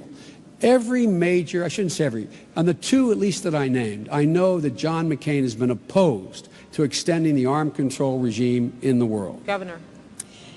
Well, first, McClellan did not say definitively that the surge principles would not work in Afghanistan, certainly accounting for different conditions in that different country, and conditions are certainly different. We have NATO allies helping us for one, and even the geographic differences are huge. But the counterinsurgency principles also could work in Afghanistan. McClellan didn't say anything opposite of that. The counterinsurgency strategy going into Afghanistan, clearing, holding, rebuilding the civil society and the infrastructure can work in Afghanistan. And those leaders who are over there who have also been advising George have not said anything different but that. Senator. Well, our commanding general did say that.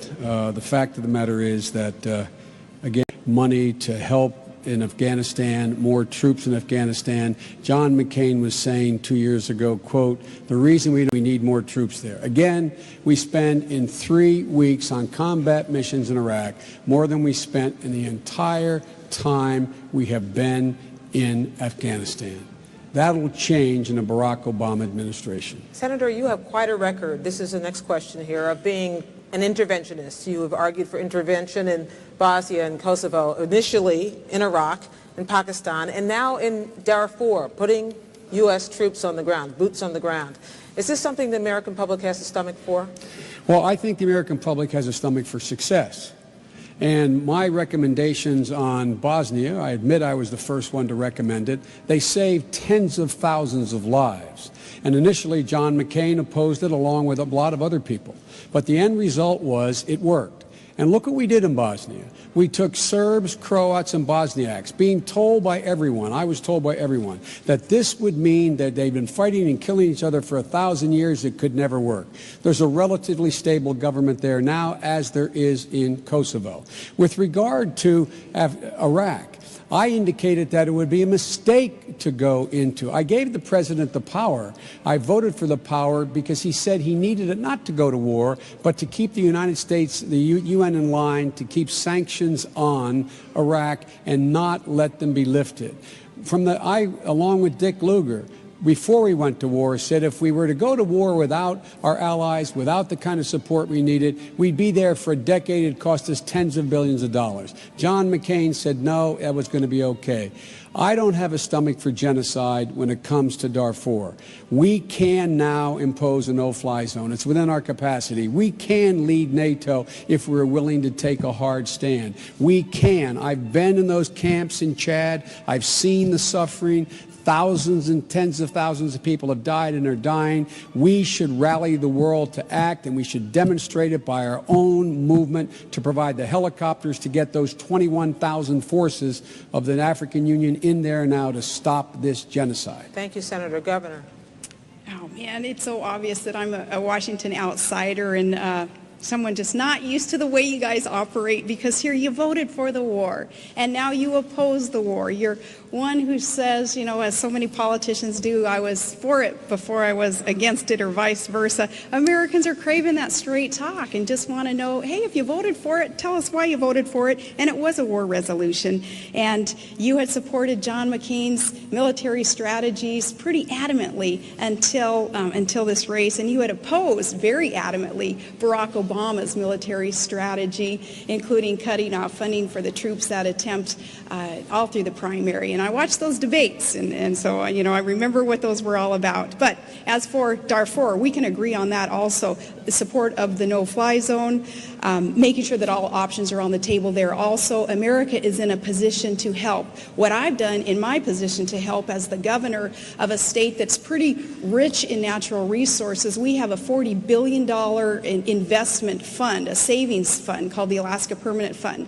When I and others in the legislature found out that we had some millions of dollars in Sudan, we called for divestment through legislation of those dollars to make sure we weren't doing anything that would be seen as condoning the activities there in Darfur. That legislation hasn't passed yet, but it needs to, because all of us as individuals and as humanitarians and as elected officials should do all that we can to end those atrocities in that region of the world. Is there a line that should be drawn about when we decide to go in? Absolutely. There is a line that should be drawn. The line that should be drawn is whether or not we, first of all, have the capacity to do anything about it, number one. Number two, there are certain new lines that have to be drawn internationally. When a country engages in genocide, when a country engages in harboring people who are killing our people, terrorists, and they will do nothing about it, that, in fact, at that point, that country, in my view, and in Barack's view, forfeits their right to say, you have no right to intervene at all. The truth of the matter, though, is that let's go back to John McCain's strategy. I never supported John McCain's strategy on the war. John McCain said exactly what Dick Cheney said. Go back and look at Barack Obama's statements and mine. Go look at JoeBiden.com contemporaneously. Held hearings in the summer before we went to war, saying if we went to war, we would not be greeted as liberators. We would have a fight between the Sunnis and Shias. We would be tied down for a decade. It would cost us hundreds of billions of dollars. John McCain was saying the exact opposite. John McCain was lockstep with Dick Cheney at that point about how this was going to be easy. So John McCain's strategy in this war, not just whether or not to go, the actual conduct of the war has been absolutely wrong from the outset. Governor?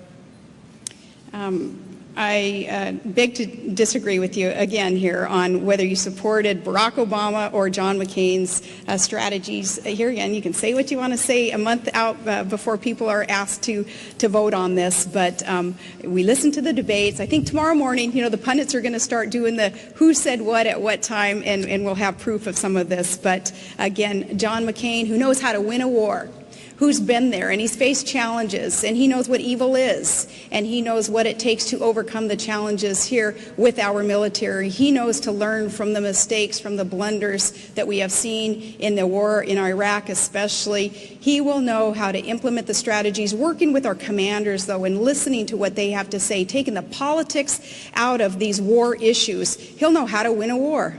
Thank you, Governor. Probably the biggest cliche about the vice presidency is that it's a heartbeat away. Everybody's waiting to see what would happen if the worst happened. How would you disagree on some things from your principles? You disagree on Alaska, drilling in Alaska, the National Wildlife Refuge. You disagree on surveillance law, at least you have in the past. How would a Biden administration be different from an Obama administration if that were to happen? Well, God forbid that it would ever happen. It would be a national tragedy of historic proportions if it were to happen. But if it did, I would carry out Barack Obama's policies, his policies of reinstating the middle class, making sure that they get a fair break, making sure that they have access to affordable health insurance, making sure they get serious tax breaks, making sure that we can help their children to get to college, making sure we have an energy policy that leads us in the direction of not only toward independence and a cleaner environment, but an energy policy that creates 5 million new jobs, a foreign policy that ends this war in Iraq, a foreign policy that goes after the one mission the American public gave the president after 9/11, to get and capture or kill bin Laden and to eliminate al-Qaeda. A policy that would in fact engage our allies in making sure that we knew we were acting on the same page and not dictating. And a policy that would reject the Bush doctrine of preemption and regime change and replace it with a doctrine of prevention and cooperation. And ladies and gentlemen, this is the biggest ticket item that we have in this election. This is the most important election you will ever have voted in, any of you, since 1932. And where such stark differences, I would follow through on Barack's policies because, in essence, I agree with every major initiative he is suggesting. Governor. And heaven forbid, yes, that would ever happen, no matter how this ends up, that would ever happen with either party. As for disagreeing with John McCain and how our administration would work, what do you expect? A team of mavericks. Of course, we're not going to agree 100% on everything, and as we discuss Anwar there, at least we can agree to disagree on that one, and I'm going to keep pushing him on Anwar, though. I have so appreciated that he has never asked me to check my opinions at the door, and he wants deliberative debate and healthy debate so that we can make good policy. What I would do also, if that were to ever happen, though, is to continue the good work work that he is so committed to, and that's putting government back on the side of the people and get rid of the greed and the corruption on Wall Street and in Washington. I think we need a little bit of reality from Wasilla, Main Street there, brought to Washington, D.C., so that people there can understand how the average working class family is viewing bureaucracy and the federal government and Congress and the inaction of Congress. Just everyday working class Americans saying, you know, government, just get out of my way. If you're going to do any harm and mandate more things on me and take more of my money and income tax and business taxes, you're going to have a choice in just a few weeks here on either supporting a ticket that wants to create jobs and bolster our economy and win the war, or you're going to be supporting a ticket that wants to increase taxes, which ultimately kills jobs and is going to hurt our economy. Can I respond? Look, Please. all you got to do is go down Union Street with me in Wilmington and go to Katie's restaurant or walk into Home Depot with me where I spend a lot of time, and you ask anybody in there whether or not the economic and foreign policy of this administration has made them better off in the last 8 years. And then ask them whether there's a single major initiative that John McCain differs with the president on taxes, on Iraq, on Afghanistan, on the whole question of how to help education, on the dealing with health care. Look, the people in my neighborhood, they get it. They get it. And they know they've been getting the short end of the stick. So walk with me in my neighborhood. Go back to my old neighborhood in Claymont, an old steel town, or go up to Scranton with me. These people know the middle class has gotten the short end. The wealthy have done very well. Corporate America has been rewarded. It's time we change it. Barack Obama will change it. Governor. Say it ain't so, Joe. There you go again, pointing backwards again, though. You prefaced your whole comment with the Bush administration. Now, doggone it, let's look ahead and tell Americans what we have to plan to do for them in the future. You mentioned education, and I'm glad that you did. I know that education you are passionate about, and with your wife being a teacher for 30 years, and God bless her, her reward is in heaven, right? I say, too, with education, America needs to be putting a lot more focus on that, and our schools have got to be really ramped up in terms of the funding that they are deserving. Teachers needed to be paid more. I come from a house full of school teachers. My grandma was. My dad, who's in the audience today, he's a school teacher, had been for many years. My brother, who I think is the best school teacher in the year, and there's a shout out to all those third graders at Gladyswood Elementary School. You get extra credit for watching this debate. Education in America has been, in some sense, in some of our states, just accepted to be a little bit lax. And we have got to increase the standards. No Child Left Behind was implemented. It's not doing the job, though. We need flexibility in No Child Left Behind. We need to put more of an emphasis on the profession of teaching. We need to make sure that education in either one of our agendas, I think, absolute top of the line. My kids as public school participants right now, it's near and dear to my heart. I'm very, very concerned about where we're going in education, and we have got to ramp it up and put more attention in that arena. Everybody gets extra credit tonight. We're going to move on to the next question. Governor, you said in July that you would have to, someone would have to explain to you exactly what it is the Vice President does every day. You, Senator, said you would not be Vice President under any circumstances. Now, maybe this was just what was going on at the time. But tell us now, looking forward, what it is that you think the Vice Presidency is worth now. Okay, in my comment there, it was a lame attempt at a joke, and yours was a lame attempt at a joke too, I guess, because nobody got it. Of course we know what a Vice President does. They didn't get yours or mine. Either. Which one didn't they get? Mine. No. No, of course, we know what a vice president does, and that's not only preside over the Senate, and we'll take that position very seriously also. I'm thankful that the Constitution would allow a bit more authority given to the vice president also, if that vice president so chose to exert it in working with the Senate. And making sure that we are supportive of the president's policies, and making sure, too, that our president understands what our strengths are. John McCain and I have had good conversations about where I would lead with his agenda, and that is energy independence in America and reform of government overall, and then working with families of children with special needs. That's near and dear to my heart also. And in those arenas, John McCain has already tapped me and said, that's where I want you. I want you to lead. And I said, I can't wait to get there and go to work with you. Senator. Gwen, I hope we'll get back to education, because I don't know any government program that John is supporting, not early education, more money for it. The reason No Child Left Behind was the money was left behind. We didn't fund it. But we can get back to that, I assume.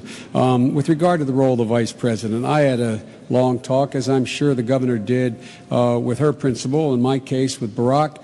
And let me tell you what Barack asked me to do. I have a history of getting things done in the United States Senate. John McCain would acknowledge that. My record shows that. On controversial issues, I would be the point person for the legislative initiatives in the United States Congress for our administration. I would also, when asked if I wanted a portfolio, my response was no. But Barack Obama indicated to me he wanted me with him to help him govern. So every major decision he'll be making, I'll be sitting in the room to give him my best advice. He's president, not me. I'll give my best advice. And one of the things he said early on when he was choosing, he said he'd pick someone who had an independent judgment and wouldn't be afraid to tell him if he disagreed. That is sort of my reputation, as you know. So I look forward to working with Barack and playing a very constructive role in his presidency, bringing about the kind of change this country needs. Governor, you mentioned a moment ago that the Constitution might give the Vice President more power than it has in the past. Do you believe, as Vice President Cheney does, that the executive branch does not hold complete sway over the office of the Vice Presidency? That is, it is also a member of the legislative branch? Well, our founding fathers were very wise there in allowing through the Constitution much flexibility there in the office of the Vice President, and we will do what is best for the American people in tapping into that position and ushering in an agenda that is supportive and cooperative with the President's agenda in that position. Yeah, so I do agree with him that we have a lot of flexibility in there, and we'll do what we have to do to administer very appropriately the plans that are needed for this nation. And it is my executive experience that is partly to be attributed to my pick as VP with McCain, not only as a governor, but earlier on as a mayor, as an oil and gas regulator, as a business owner. It is those years of experience on an executive level that will be put to good use in the White House also. Vice President Cheney interpretation of the Vice Presidency? Vice President Cheney's been the most dangerous Vice President we've had probably in American history. He has the idea he doesn't realize that Article 1 of the Constitution defines the role of the Vice President of the United States. That's the executive branch. He works in the executive branch. He should understand that. Everyone should understand that. And the primary role of the Vice President of the United States of America is to support the President of the United States of America, give that President his or her best judgment when sought, and as the Vice President to preside over the Senate only in a time when, in fact, there's a tie vote. The Constitution is explicit. The only authority the Vice President has from a legislative standpoint is the vote. Only when there is a tie vote. He has no authority relative to the Congress. The idea he's part of the legislative branch is a bizarre notion invented by Cheney to aggrandize the power of a unitary executive, and look where it's gotten us. It has been very dangerous. Let's talk conventional wisdom for a moment. The conventional wisdom, Governor Palin, with you is that your Achilles heel is that you lack experience. Your conventional wisdom against you is that your Achilles heel is that you lack discipline, Senator Biden. What is it really for you, Governor Palin? What is it really for you, Senator Biden? Start with you, Governor. My experience as an executive will be put to good use as a mayor and business owner and oil and gas regulator, and then as governor of a huge state, a huge energy producing state that is accounting for much progress towards getting our nation energy independence, and that's extremely important. But it wasn't just that experience tapped into, it was my connection to the heartland of America. Being a mom, being one who is very concerned about a son in the war, about a special needs child, about kids heading off to college, how are we going to pay those tuition bills, about times in Todd and our marriage in our past where we didn't have health insurance, and we know what other Americans are going through as they sit around the kitchen table and try to figure out how are they going to pay out of pocket for health care. We've been there also, so that connection was important. But even more important is that worldview that I share with John McCain, that worldview that says that America is a nation of exceptionalism, and we are to be that shining city on a hill, as President Reagan so beautifully said, that we are a beacon of hope and that we are unapologetic here. We are not perfect as a nation, but together we represent a perfect ideal, and that is democracy and tolerance and freedom and equal rights. Those things that we stand for, that we can be put to good use as a force for good in this world. John McCain and I share that, and you combine all that with being a team with the only track record of making a difference in where we've been and reforming, and that's a good team. It's a good ticket. Senator. You've been very kind, suggesting my only Achilles heel is my lack of discipline. Others talk about it, my excessive passion. I'm not going to change. I have 35 years in public office. People can judge who I am. I haven't changed in that time. And by the way, a record of change. I will place my record and Barack's record against John McCain's or anyone else in terms of fundamental accomplishments. Wrote the crime bill, put 100,000 cops in the street. Wrote the Violence Against Women Act, which John McCain voted against both of them. Was the catalyst to change the circumstance in Bosnia, led by President Clinton, obviously. Look, I understand what it's like to be a single parent. When my wife and daughter died and my 2 sons were gravely injured, I understand what it's like as a parent to wonder what it's like if your kid's going to make it. I understand what it's like to sit around the kitchen table with a father who says, I got to leave, champ, because there's no jobs here. I got to head down to Wilmington, and when we get enough money, honey, we'll bring you down. I understand what it's like. I'm much better off than almost all Americans now. I get a good salary as United States Senate. I live in a beautiful house. It's my total investment that I have. So I am much better off now. But the notion that somehow, because I'm a man, I don't know what it's like to raise 2 kids alone. I don't know what it's like to have a child you're not sure is going to make it. I understand, as well as, with all due respect, the governor or anybody else, what it's like for those people sitting around that kitchen table. And guess what? They're looking for help. They're looking for help. They're not looking for more of the same. Governor. People aren't looking for more of the same. They are looking for change, and John McCain has been the consummate maverick in the Senate over all these years. He's taken shots left and right from the other party and from within his own party because he's had to take on his own party when the time was right, when he recognized it was time to put partisanship aside and just do what was right for the American people. That's what I've done as governor also, take on my own party when I had to and work with both sides of the aisle in my cabinet, appointing those who would serve regardless of party, Democrats, independents, Republicans, whatever it took to get the job done.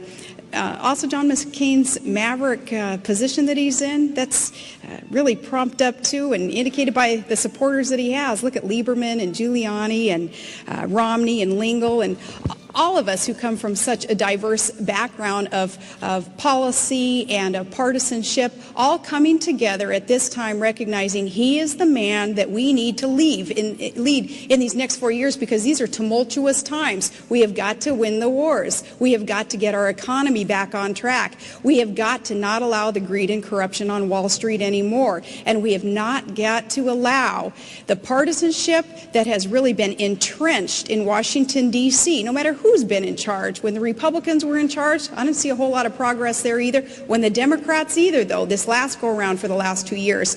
Change is coming, and John McCain is the leader of that reform. I'll be very brief. Can I respond to that? Look, please. The maverick, let's talk about the maverick John McCain is. And again, I love him. He's been a maverick on some issues, but he has been no maverick on the things that matter to people's lives. He voted 4 to 5 times for George Bush's budget, which put us $500 billion in debt this year and over $3 trillion in debt since he's got there. He has not been a maverick in providing health care for people. He voted against including another 3.6 million children in coverage of the existing health care plan when he voted in the United States Senate. He's not been a maverick when it comes to education. He has not supported tax cuts and significant changes for people being able to send their kids to college. He's not been a maverick on the war. He's not been a maverick on virtually anything that generally affects the things that people really talk about around their kitchen table.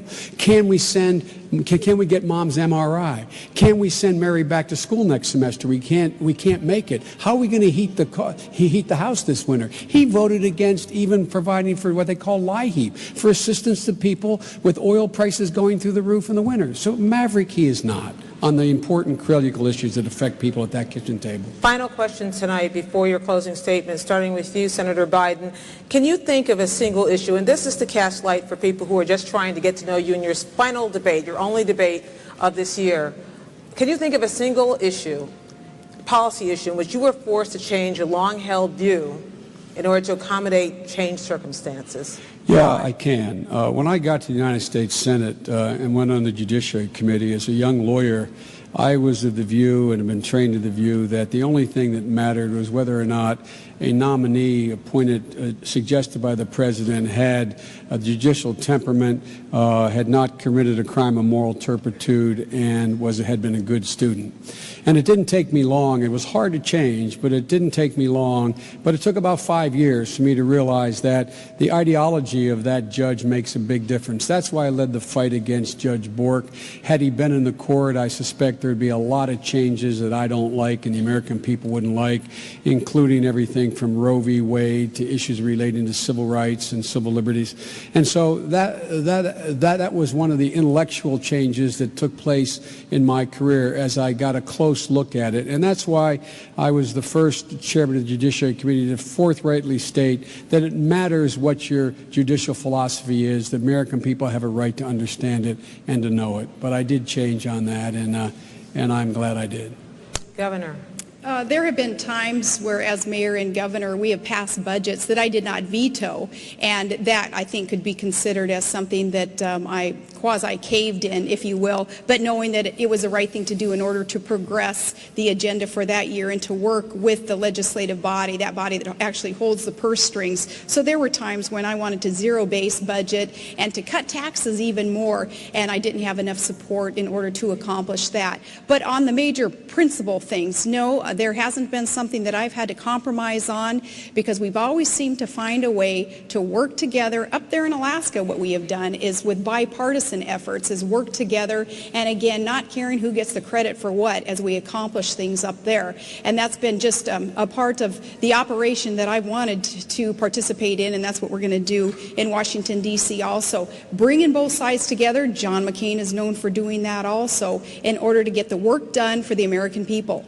Let's come full circle. You both want to bring both sides together. You both talk about bipartisanship. Once again, we saw what happened this week in Washington. How do you change the tone as vice president, as number two? Well, again, I believe John McCain were he here, this is a dangerous thing to say in the middle of an election, but he would acknowledge what I'm about to say. I have been able to work across the aisle on some of those controversial issues and change my party's mind as well as Republicans, because I learned a lesson from Mike Mansfield. Mike Mansfield, the former leader of the Senate, said to me one day, I made a criticism of Jesse Helms. He said, what would you do if I told you Jesse Helms and Dot Helms had adopted a child who had braces and was in real need? I said, I'd feel like a jerk. He said, Joe, understand one thing. Everyone's sent here for a reason, because there's something in them their folks like. Don't question their motive. I have never, since that moment in my first year, questioned the motive of another member of the Congress or Senate with whom I've disagreed. I've questioned their judgment. I think that's why I have the respect I have and been able to work as well as I've been able to have work in the United States Senate. That's the fundamental change Barack Obama and I will bring to this party, not questioning other people's motives. Governor. You do what I did as governor, and you appoint people regardless of party affiliation, Democrats, independents, Republicans. You walk the walk. You don't just talk the talk. And even in my own family, it's a very diverse family, and we have folks of all political persuasion in there also. So I've grown up just knowing that, you know, at the end of the day, as long as we're all working together for the greater good, it's going to be okay. But the policies and the proposals have got to speak for themselves also. And again, voters on November 4th are going to have that choice to either support a ticket that supports policies that create jobs. You do that by lowering taxes on American workers and on our businesses, and you build up infrastructure, and you rein in government spending, and you make our nation energy independent. or you support a ticket that supports policies that will kill jobs by increasing taxes, and that's what the track record shows, is a desire to increase taxes, increase spending, $1 trillion spending proposal that's on the table, that's going to hurt our country, and saying no to energy independence. Clear choices on November 4th. Governor Palin, you get the chance to make the first closing statement. Well, again, Gwen, I do want to thank you and the Commission. This is such an honor for me, and I appreciate, too, Senator Biden, getting to meet you finally also and getting to debate with you, and I would like more opportunity for this. I like being able to answer these tough questions without the filter even of the mainstream media kind of telling viewers what they've just heard. I'd rather be able to just speak to the American people like we just did, and it's so important that the American people know of the choices that they have on November 4th. I want to assure you that John McCain and I, we're going to fight for America. We're going to fight for the middle class, average, everyday American family like mine.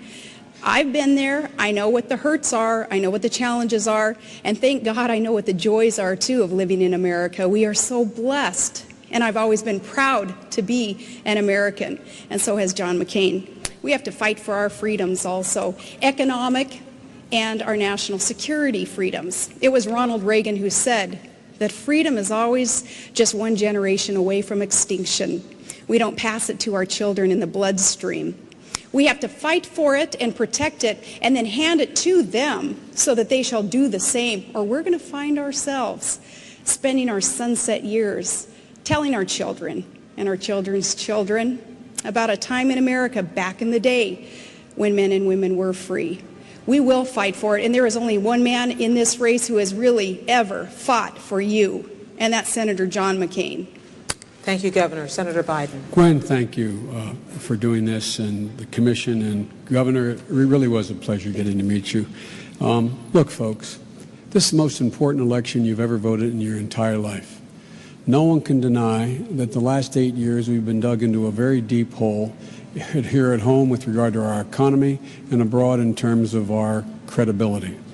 And there's a need for fundamental change in our economic philosophy as well as our foreign policy. And Barack Obama and I don't measure progress toward that change based on whether or not we cut more regulations and how well CEOs are doing or giving another $4 billion in tax breaks to the Exxon Mobils of the world. We measure progress in America based on whether or not someone can pay their mortgage, whether or not they can send their kid to college, whether or not they're able to, when they send their child like we have abroad, or I'm about to abroad, and John has as well, I might add, to fight, that they're the best equipped and they have everything they need. And when they come home, they're guaranteed that they have the best health care and the best education possible.